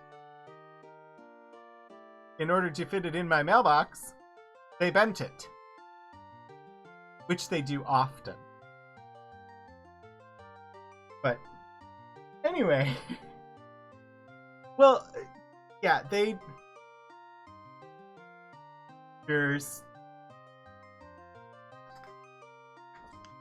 your patch is arriving next week. So the one package that was for me was 3 more. I have 5 of them.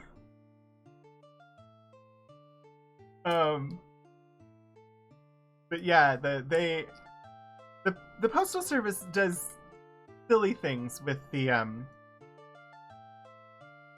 post often. We've literally been here, like, waiting for a package to arrive, sitting in the living room, which is right next to the front door,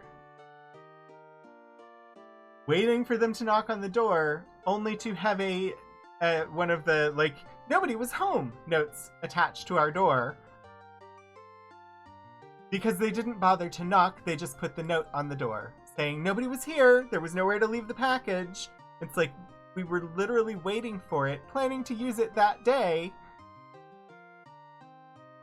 And one of us was near the door all day long. They didn't bother to knock, they just left the note, and then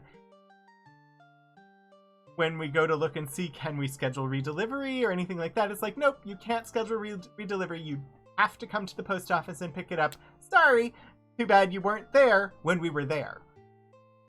So, we were expecting an album via USPS. Oh, yeah.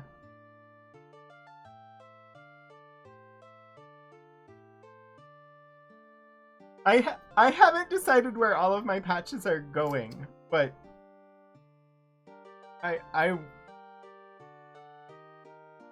it's the Stream Punks. I have to support them. And so the Starjam Rangers patch was like, it was an experiment.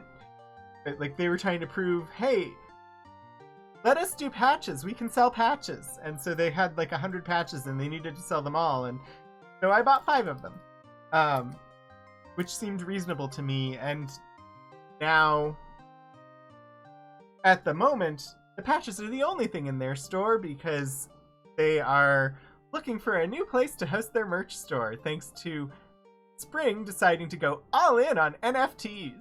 So they closed their merch store, except for the patches, which if they take them down, then they have to pay for all of them, because it was, yeah.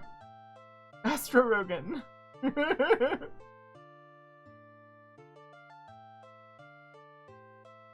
I mean, they have to get out of the truck to deliver the mail, because they can't just drive up to our boxes, but yeah, I bought 5 of them just to support them. So I don't know where they're all going, but yeah, well, and so they posted about the fact that they were dropping Spring because of NFTs, and that they would look for a new home for the store, and Threadless replied to their tweet saying, "We're here for you. Threadless has been in on NFTs already." So it was like, no? Why would... And like, Threadless was apparently literally replying to everybody that was posting about we're leaving Spring because they're going all in on NFTs. And Threadless was replying to them all, saying, come over to us. When Threadless has been invested in NFTs and offering NFTs as something that creators can sell from their shop for a while now already. Like, no, they're looking for a shop that is not going to go in on NFTs, because NFTs are bullshit. Anyway. NFTs. No fucking thank you. Yeah. Alright. I understand blockchain more than a lot of people do, because I literally published on blockchain and its implications for archives. NFTs are a total scam. They are essentially like the stock market. They're not actually selling a good. They're selling a document that says you own a good, but they don't actually have to own the good to sell you the document. And like, that's how, like, all of the stories about art theft and whatnot, of people selling NFTs of their art, because they don't have to own the art to sell the NFT saying that you own the art. It's bullshit right now.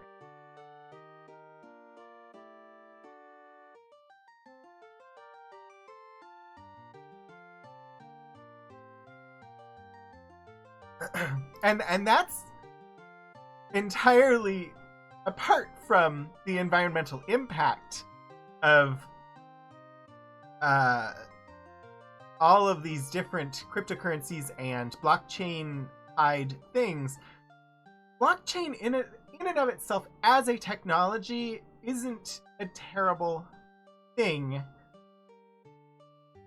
What business has decided to do with it and the ways it has been monetized are bad.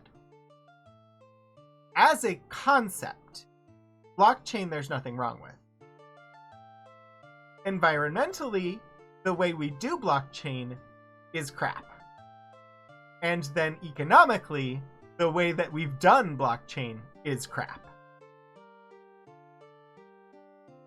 Ooh, Puddleglum, yay! I'm so glad you didn't have to work overtime! So the environmental impact is the way that a lot of the blockchains work, so specifically cryptocurrency blockchains. I'm gonna go face for that. Or,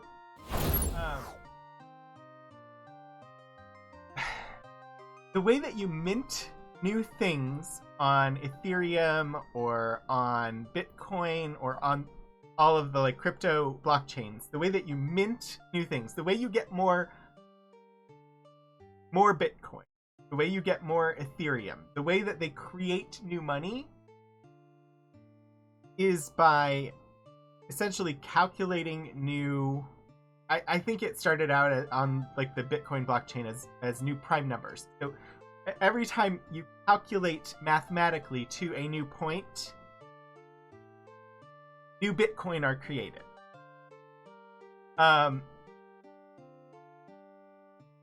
So they have to have vast computer networks to do the mathematical operations required to make new Bitcoin. Which means farms of computers, farms of processing power, which uses tons of electricity and gives off tons of heat. And it has impacted the gaming industry because like the new 3080 graphics cards have really high processing power, and they were intended for use in gaming computers to give high graphics resolution and processing power for graphics. But they all got bought up by the cryptocurrency people to calculate prime numbers to mint new Bitcoin and new etc. So there are vast farms of processors, and there are malicious things. So like Norton, I think it is Norton antivirus. If you have Norton antivirus, one of their latest updates turned your computer into a cryptocurrency calculator it installed a thing that would, in your computer's downtime, would calculate for cryptocurrency without telling you that that was being installed. And once it's installed, there's no way to remove it. So there's been tons of shady dealing. And so it has huge environmental impact. There's one of the like processing farms that I had read about is up above the Arctic Circle, giving off radiating tons of heat at a part of the world that definitely does not need it, but they put it there because it's colder. And they want to keep the beans cooler so that they process better. So they located it up there. So that it would cool off the radiating heat from all the processors that they're using. So, yeah.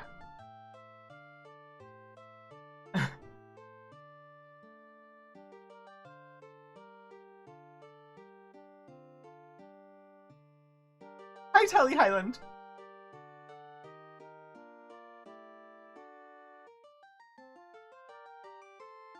Whole lot of computing power, a lot of power.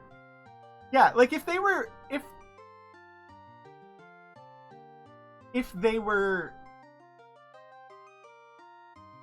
so the environmental impact is one aspect of it. If they could address the environmental impact by, say, launching processors into space and powering them off of solar power. And there, they wouldn't have the same environmental impact. But it would still be a problem for the fact that NFTs, for instance, are not selling any. It's virtual. It's all a scam. They don't actually own the things they're selling. It's all speculation. It's all just a way to take no money, make a fake market for it, and get a lot of money. And somebody's getting taken advantage of in that equation. So, yeah. Yeah. Mining is not an environmentally friendly... Yeah.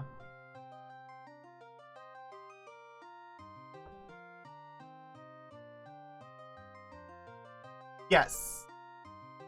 Well, and electric car batteries, there are many aspects of that industry that we just need good investment to come up with better ways to do things, and we don't have it. The electric cars in and of themselves are great as far as moving off of fossil fuels, except you have to power them. And large portions of the electric grid are still powered by fossil fuels, so even if you're using an electric car, you're powering it off of fossil fuels in large portions of the country. And then you have all of the extractive technologies required to build the car, as well as to create the batteries. Like, I don't know at this point whether they're any better than a fossil fuel car or not. Yes, NFTs are like a scheme a Captain Planet villain would come up with.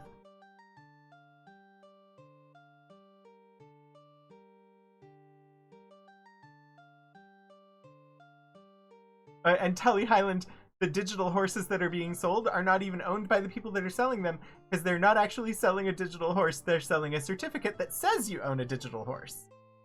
But you don't actually own the digital horse, and it can disappear anytime. The only thing you're buying is the certificate.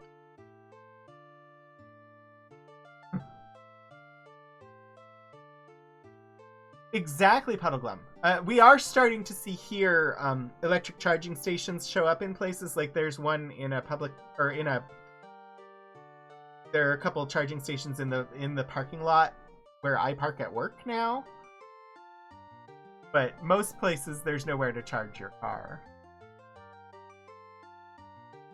We could be harnessing kinetic energy from roads, but yeah, the batteries are still an issue. And there are...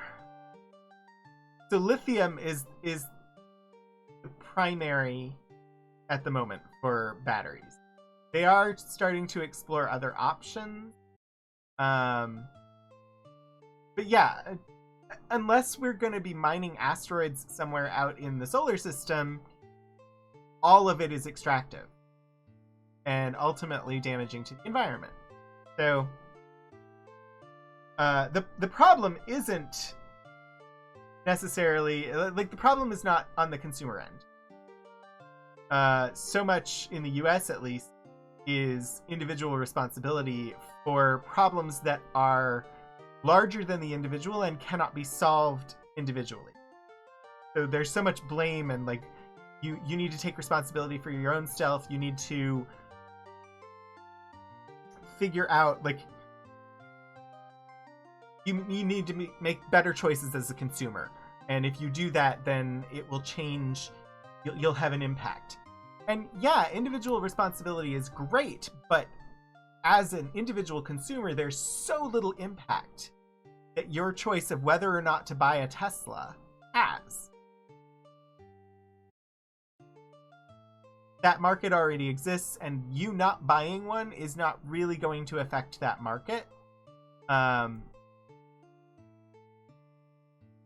So yeah, the individual side of things, it's really hard, and in a lot of these cases,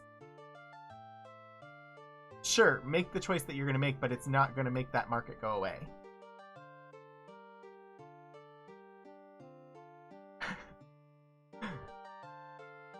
Yeah, Galara, I mean, it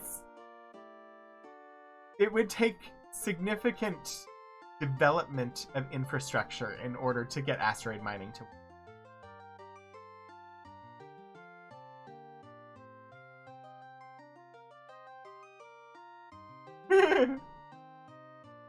Puddleglum, you mean Space Karen? Anyway, I'm gonna bring the game back up and chatting, but I'm gonna play the game too.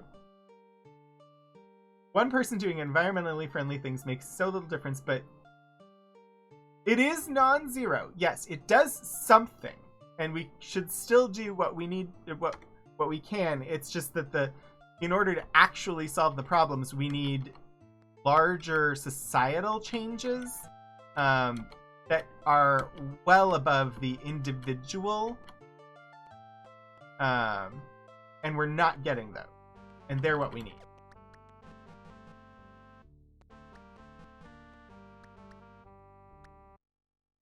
We went on a chat side quest. Yeah, we do enjoy a side quest on this channel. Somehow I'm going to get over to where we need to go. Will it be this way? Will not. Get there. I have this problem every time I try to go to Minok.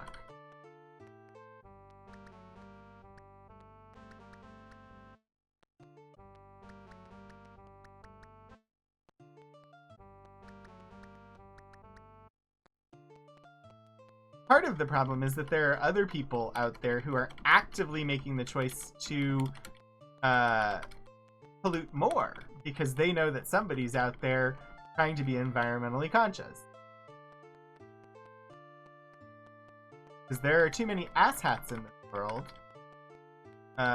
who feel it is their responsibility to uphold how society used to be and to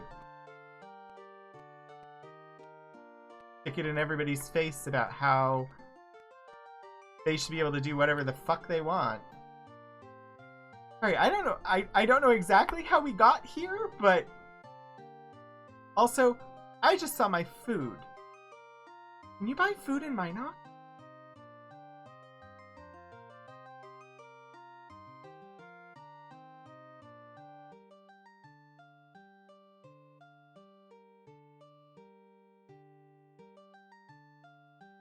Minok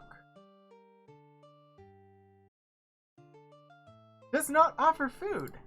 We're hopping into Moongate, y'all.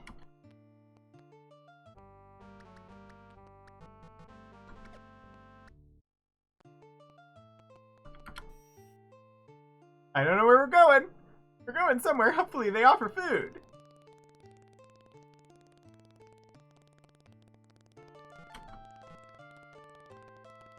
Where are we?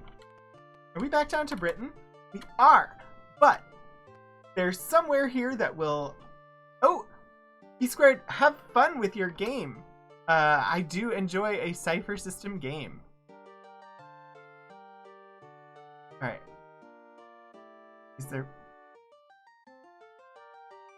Rations at the Wayfarer's Tavern in Britain. We can hope.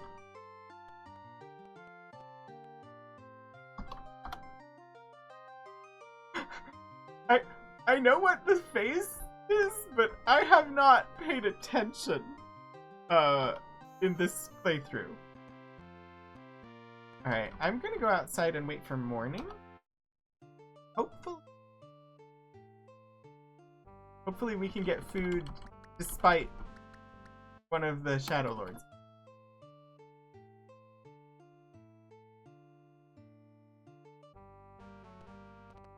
Just what? Night.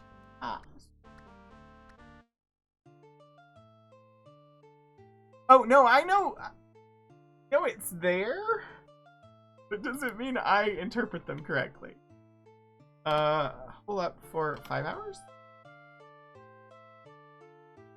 Yes, I will watch.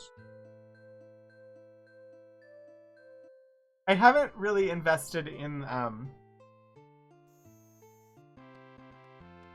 Moongate travel in this game yet. I'm gonna get caught by the shadow.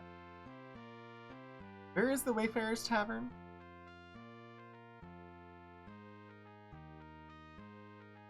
I don't know if it's possible. I'm gonna try. Yeah, I can't get there. Right. Okay, Britain's not an option. What about the Brittanies?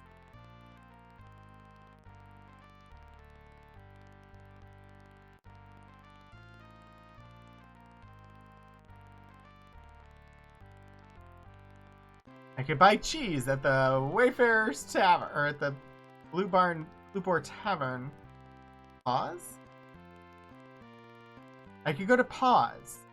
And go to the Cat's Lair and buy rations there.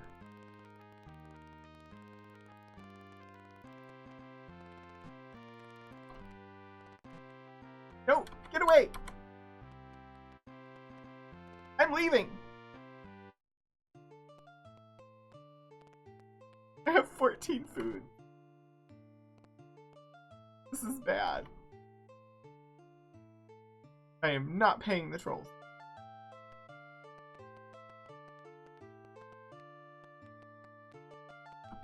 This has always been an issue for me in the Ultima games, is I forget to pay attention to how much food I have. It's one of the basic resources. It was also my problem when I played Martian Dreams. Because I would forget...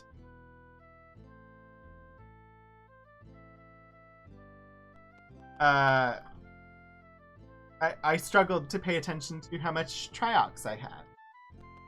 And I would run out of air. Oh, hail, friend. Welcome to the Cat's Lair. I'm Dr. Cat, the barkeep. May I serve thee this morning? What'll it be? A leg of our tender roast mutton, a tankard of ale, or rations for thy travels? Rations. We sell 25 packs of nutritious adventure rations for 25 gold pieces each. My karma is so low that he's charging me 5 extra. How many wouldst thou like?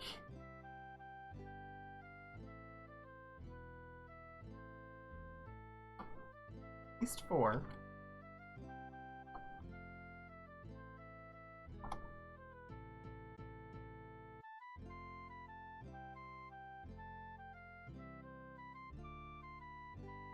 Alright, we're up to 414 food.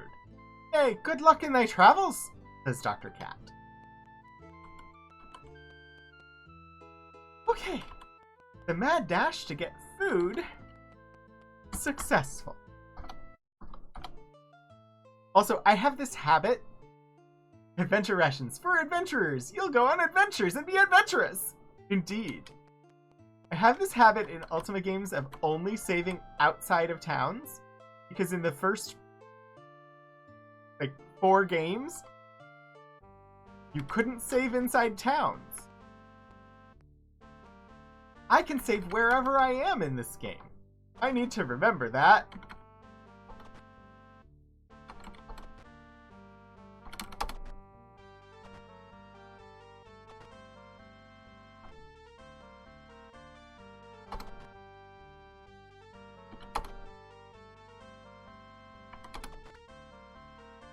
It was certainly an adventurous statement.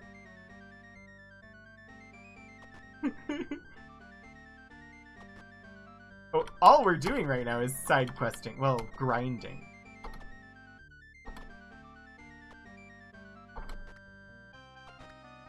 Hit the troll, hit the troll, hit the troll, hit the troll.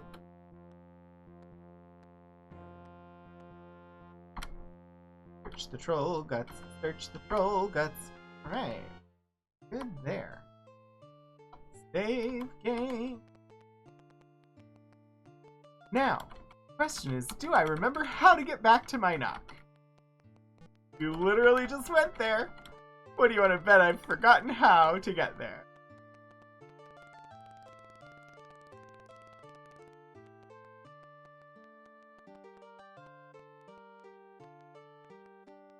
Don't walk through the swamp. Don't walk through the swamp.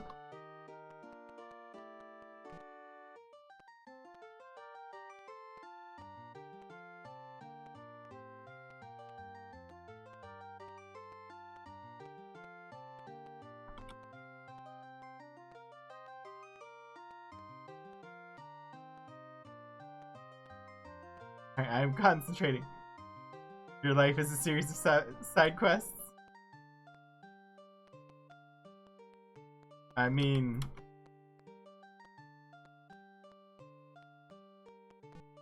my life feels like I am on life, like, number 4 or 5 or 7 at this point. I've done so many different things.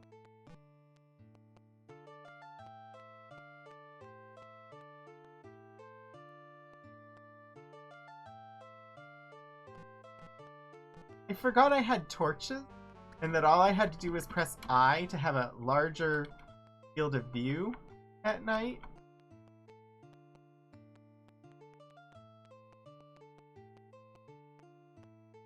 I made it back to Minok.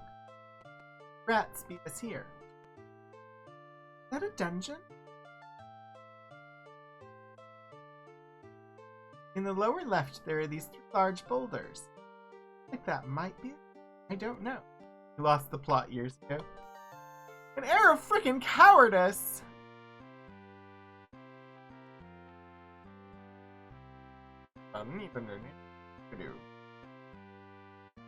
Minok. Sacrifice. Already got that one.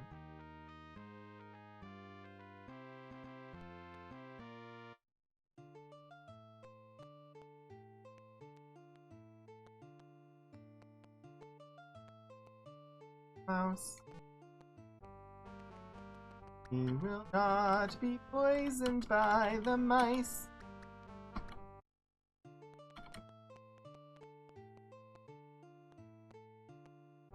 That is too many skeletons to take on at this time, I think. See?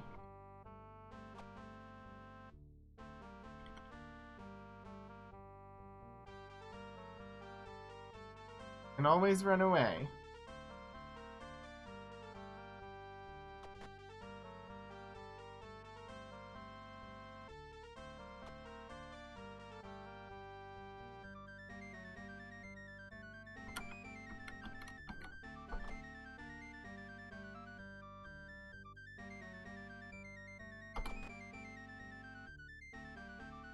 Just ouch.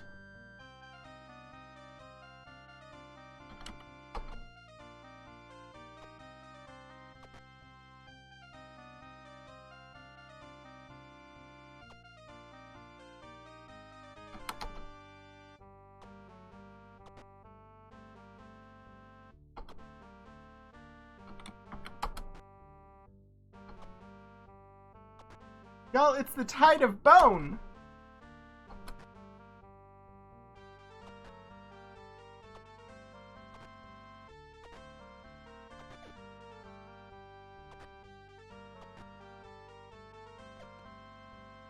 I don't know how many of you all watched Legend of Vox Machina this week.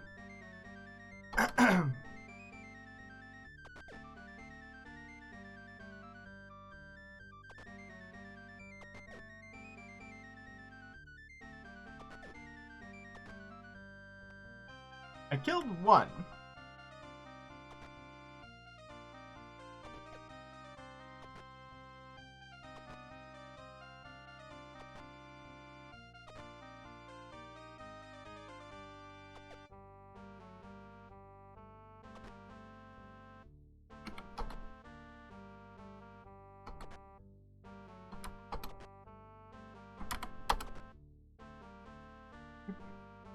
Then you will understand me and my reference to the Tide of Bone.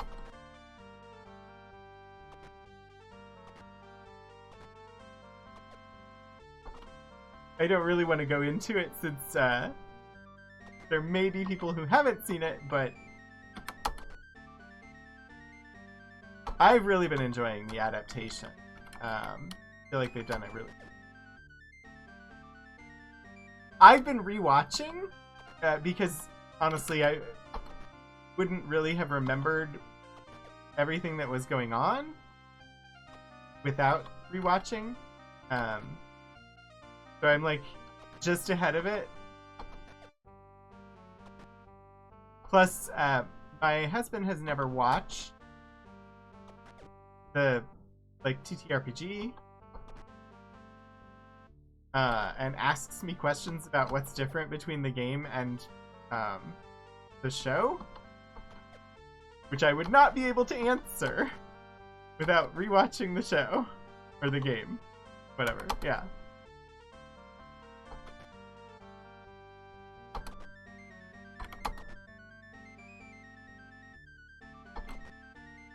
Most of the changes they've made, I feel, make a lot of sense. For the change in medium and the understanding that there are going to be people who've never seen Critical Role that join in and need to understand what's going on.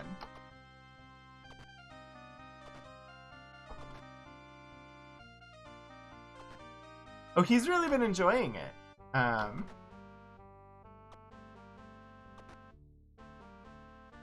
Which has been nice. I've enjoyed seeing him enjoy the cartoon.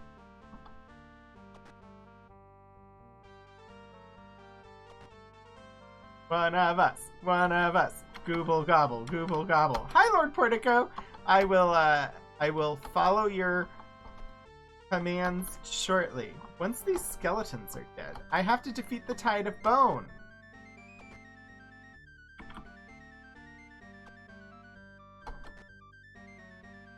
Is that Skelly running?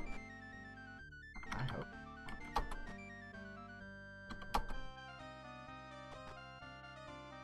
Strangely, bow and arrow doesn't seem to do much against skeletons.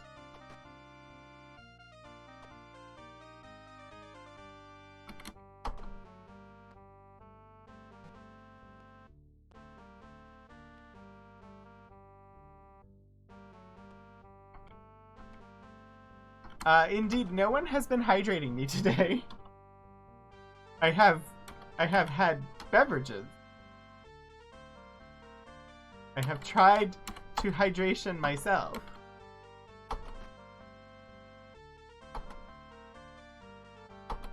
How did the law students do?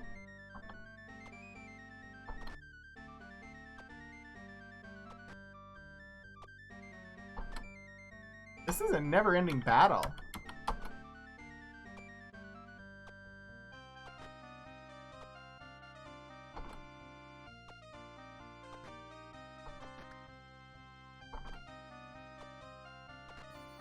I defeated the skeletons!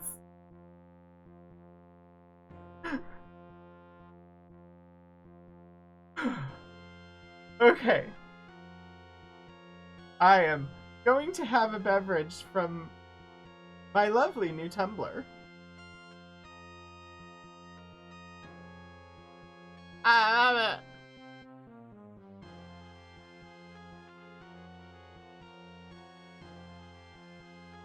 And then I will stretch. They were high-level professional somethings today.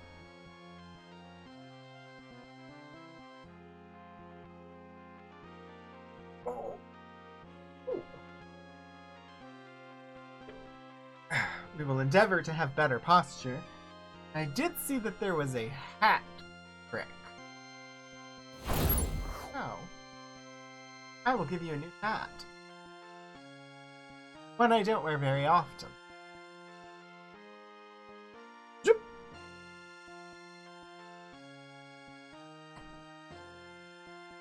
I'm styling from the late 90s and early 2000s. I don't wear this hat very much. I do own this hat, though. Feels like too small for my face, but it's the one I put on. I hope you enjoy it. Anyway, let's collect my winnings from this battle.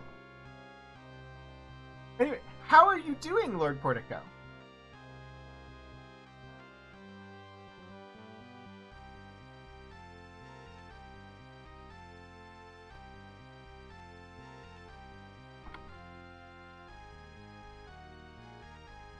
No trap.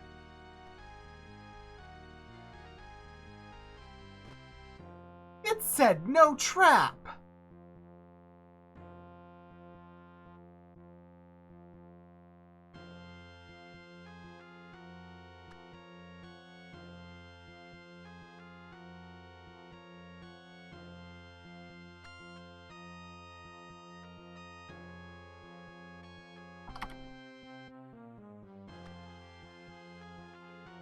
All the keys are breaking.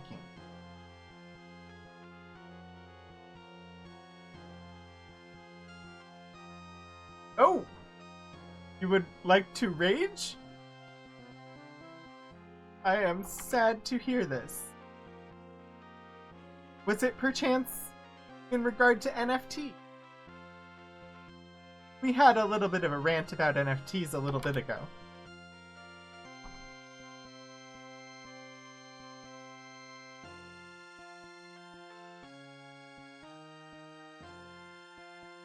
Ooh!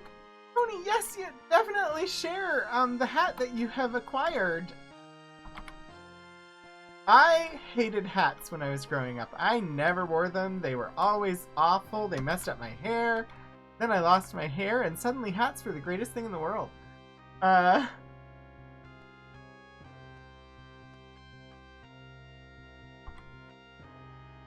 trap.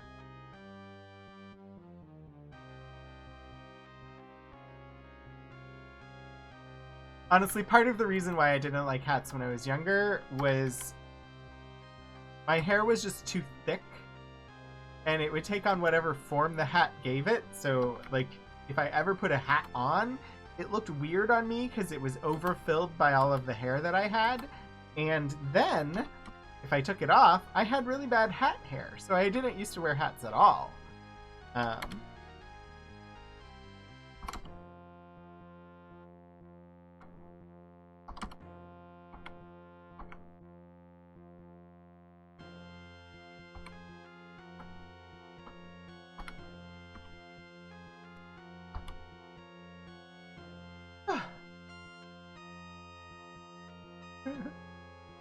Right now you're angry on behalf of your moot court competitors who did great.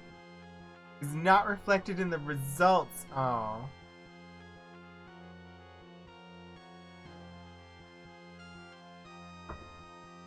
I'm angry because stupid NFTs mean that y'all can't get one of these right now.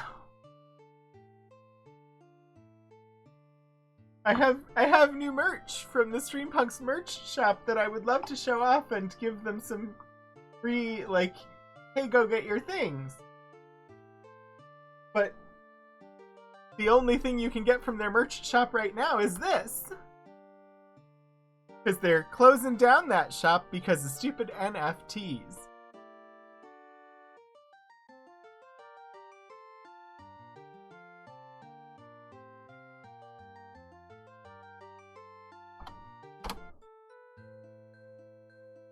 Only our corporation can be bullshit.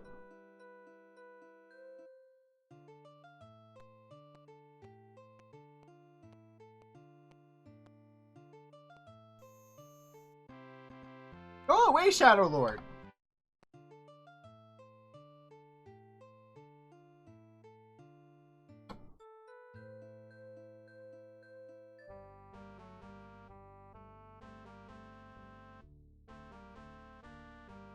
Don't want to fight the rats.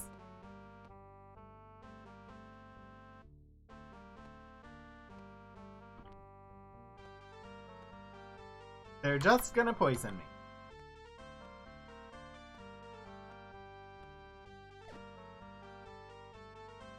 Like they just did Gweno.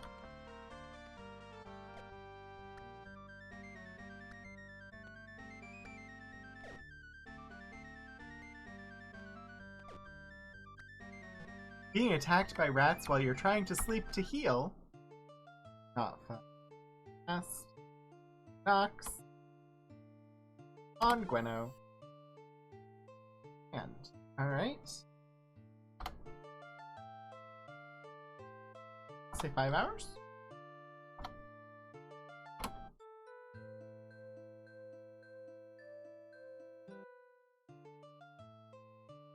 Well, I passed some time, not enough.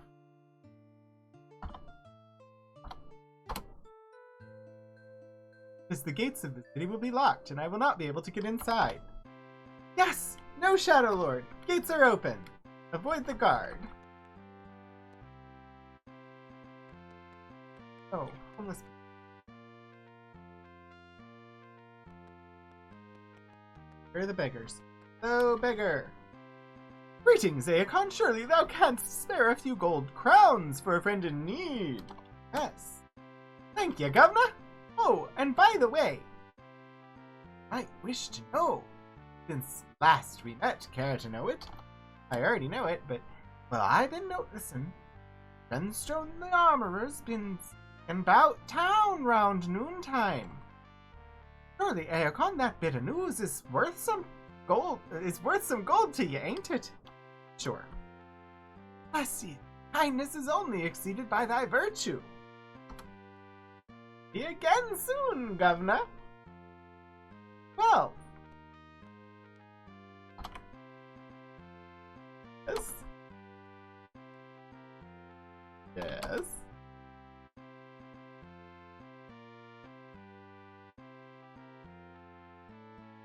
Still 12. Oh, that's right. I think...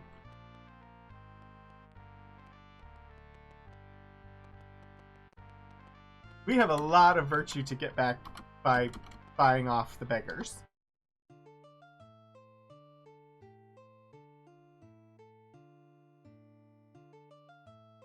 I'm gonna... shelfies and books, maybe? Yes! Oh, no! That's an awesome hat! That looks really good, Tony. I think... I mean, shelfies technically is referring to pictures of bookshelves filled with books, but it's the closest thing we had to selfies, so good choice of channel.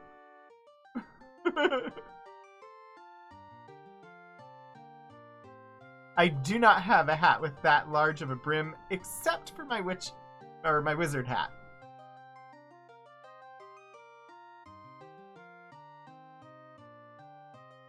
Let's see if I can get more, if I can buy more virtue. By giving more money now.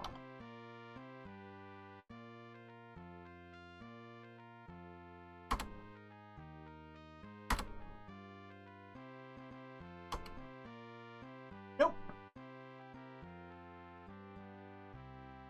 Help! I have a cut on my other arm! Also, it's 6:20. Thank you, Kira, for the time notification.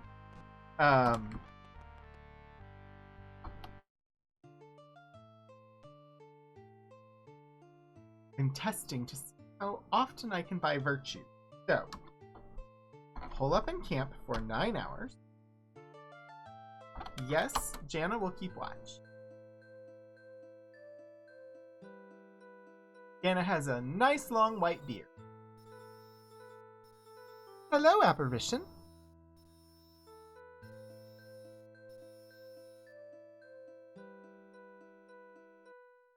Ah. We camp again for 9 more hours.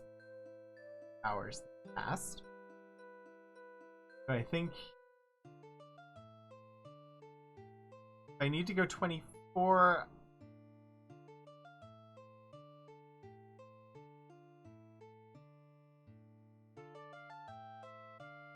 Six more?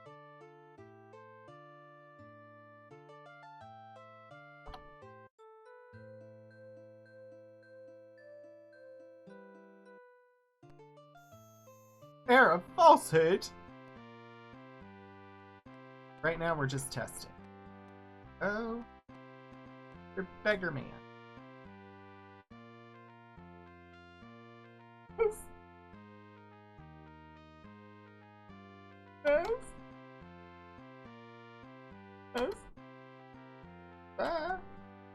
Something was stolen. Oh man, because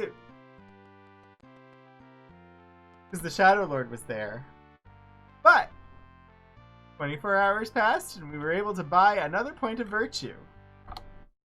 Sadly, this will become a thing. Because, oh boy, do I need to improve that virtue. Sucks that I can only buy it 1 point at a time.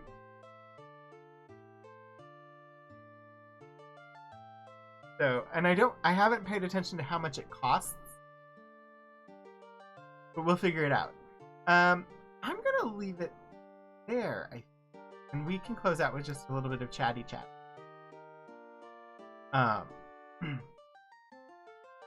Sure. Hello! I'm just gonna end with some chat. I should end this at the top, but now I'm just...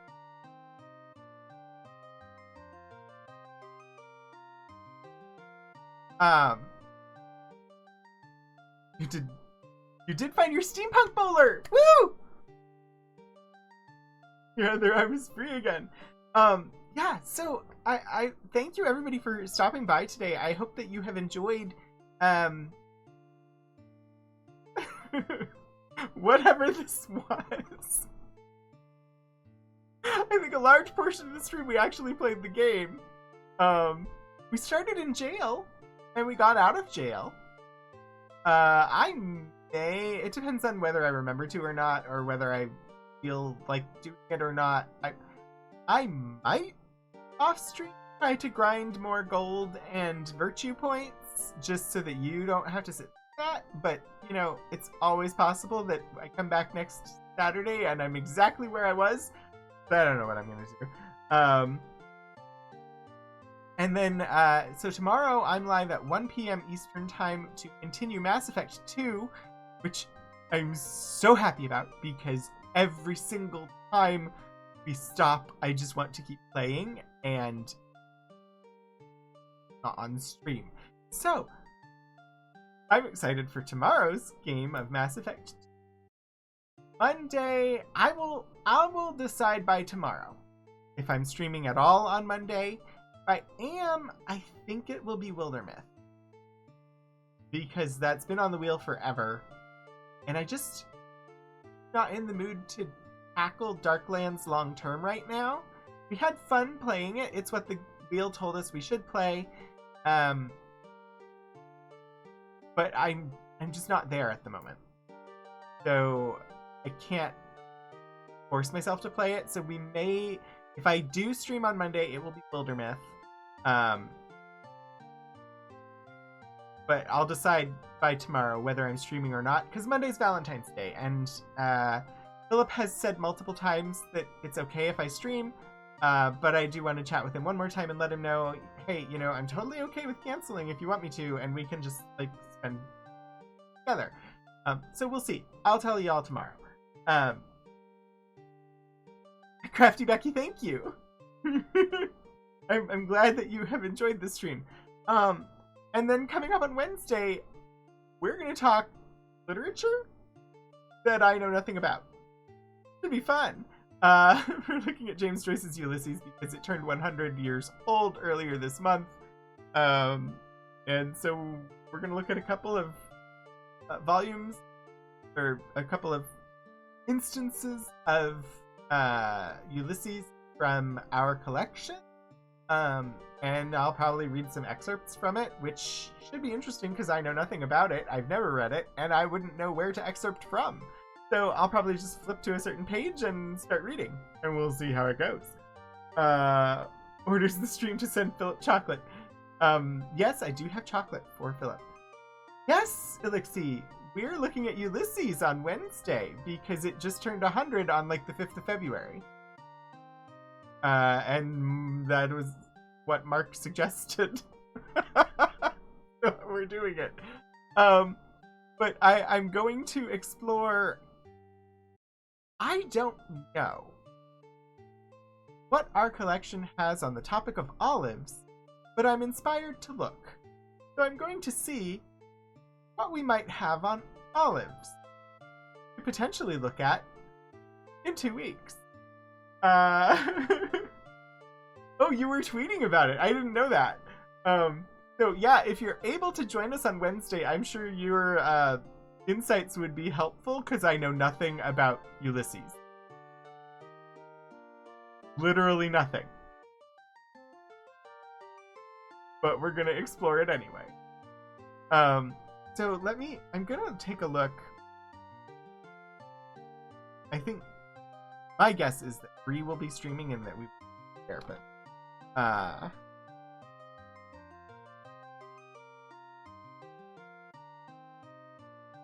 indeed, that is where we're going to go. We probably have stuff on martinis, but I'm thinking like olives. So we'll see. It's just a lark. It was just one of the things where I was like, I wonder what we have about olives. All you remember from Ulysses is that it took forever to read. Well, searching for Ulysses in our collection, of course, brought up tons of things because we have a Civil War collection and an American Civil War collection as well. So, much on martinis, a bit on olive oil, and probably something on olives individually. Yeah, so it may not happen in 2 weeks. I may end up doing something else interim, but I am going to do something on olives, and the reasoning behind that will become more apparent in the future. I have other ideas. Olives are fascinating, yeah.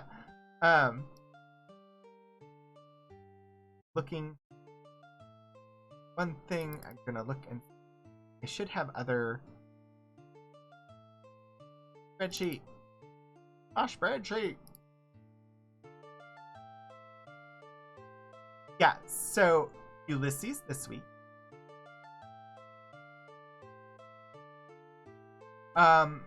We may also look at like 100-plus-year-old issues of the Ladies' Home Journal or something like that at some point. Yeah, there's a few things.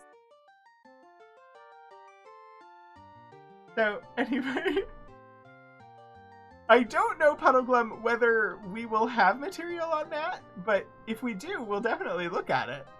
So, anyway, we are going to be raiding over to Bree. Bree Denon, who is a wonderful art streamer, part of the extended Streampunks community. I do enjoy heading over there. Oh, indeed. Indeed, olives in gelatin. Oh my gosh, we could do a month's worth of streams on aspics, I'm sure. And just how absolutely disgusting they are. But we could also do something on like 70s Jell-O recipes. Wow. 70s Jello recipe. You want onions and olives in lime Jello? We've got recipes for that. I don't know why you want that. You want Vienna sausages and SpaghettiOs in Jello? I'm sure we have that recipe. Because in the 70s, people did not know what to do with gelatin. Anyway, I'm not gonna go into the... What is the account? What is the account?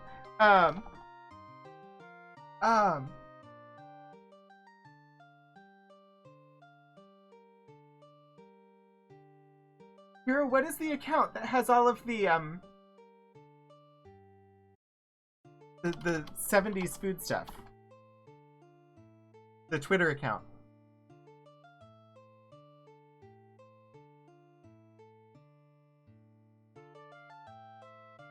I have to find it. I have to find it now. 70s dinner party.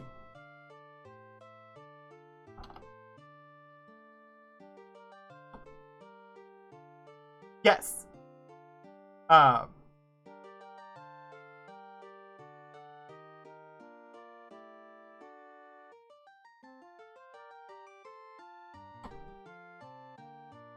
Twitter account is @70sparty. It is 70s dinner party. If you want to see some of the interesting culinary delights of yesteryear.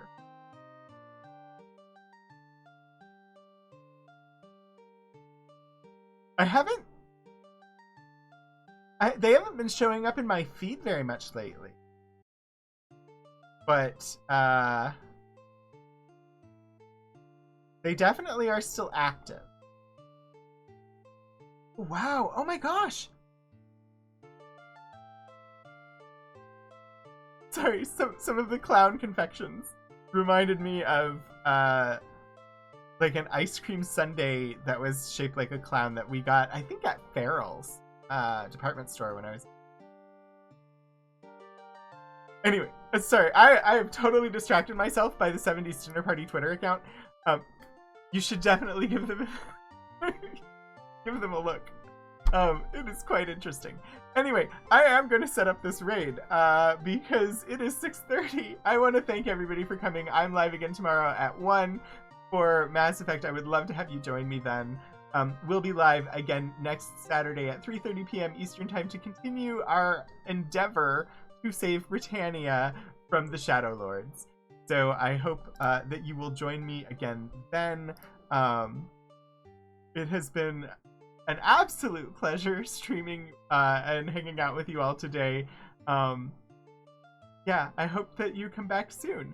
Until then, get out there and do some shenanigans.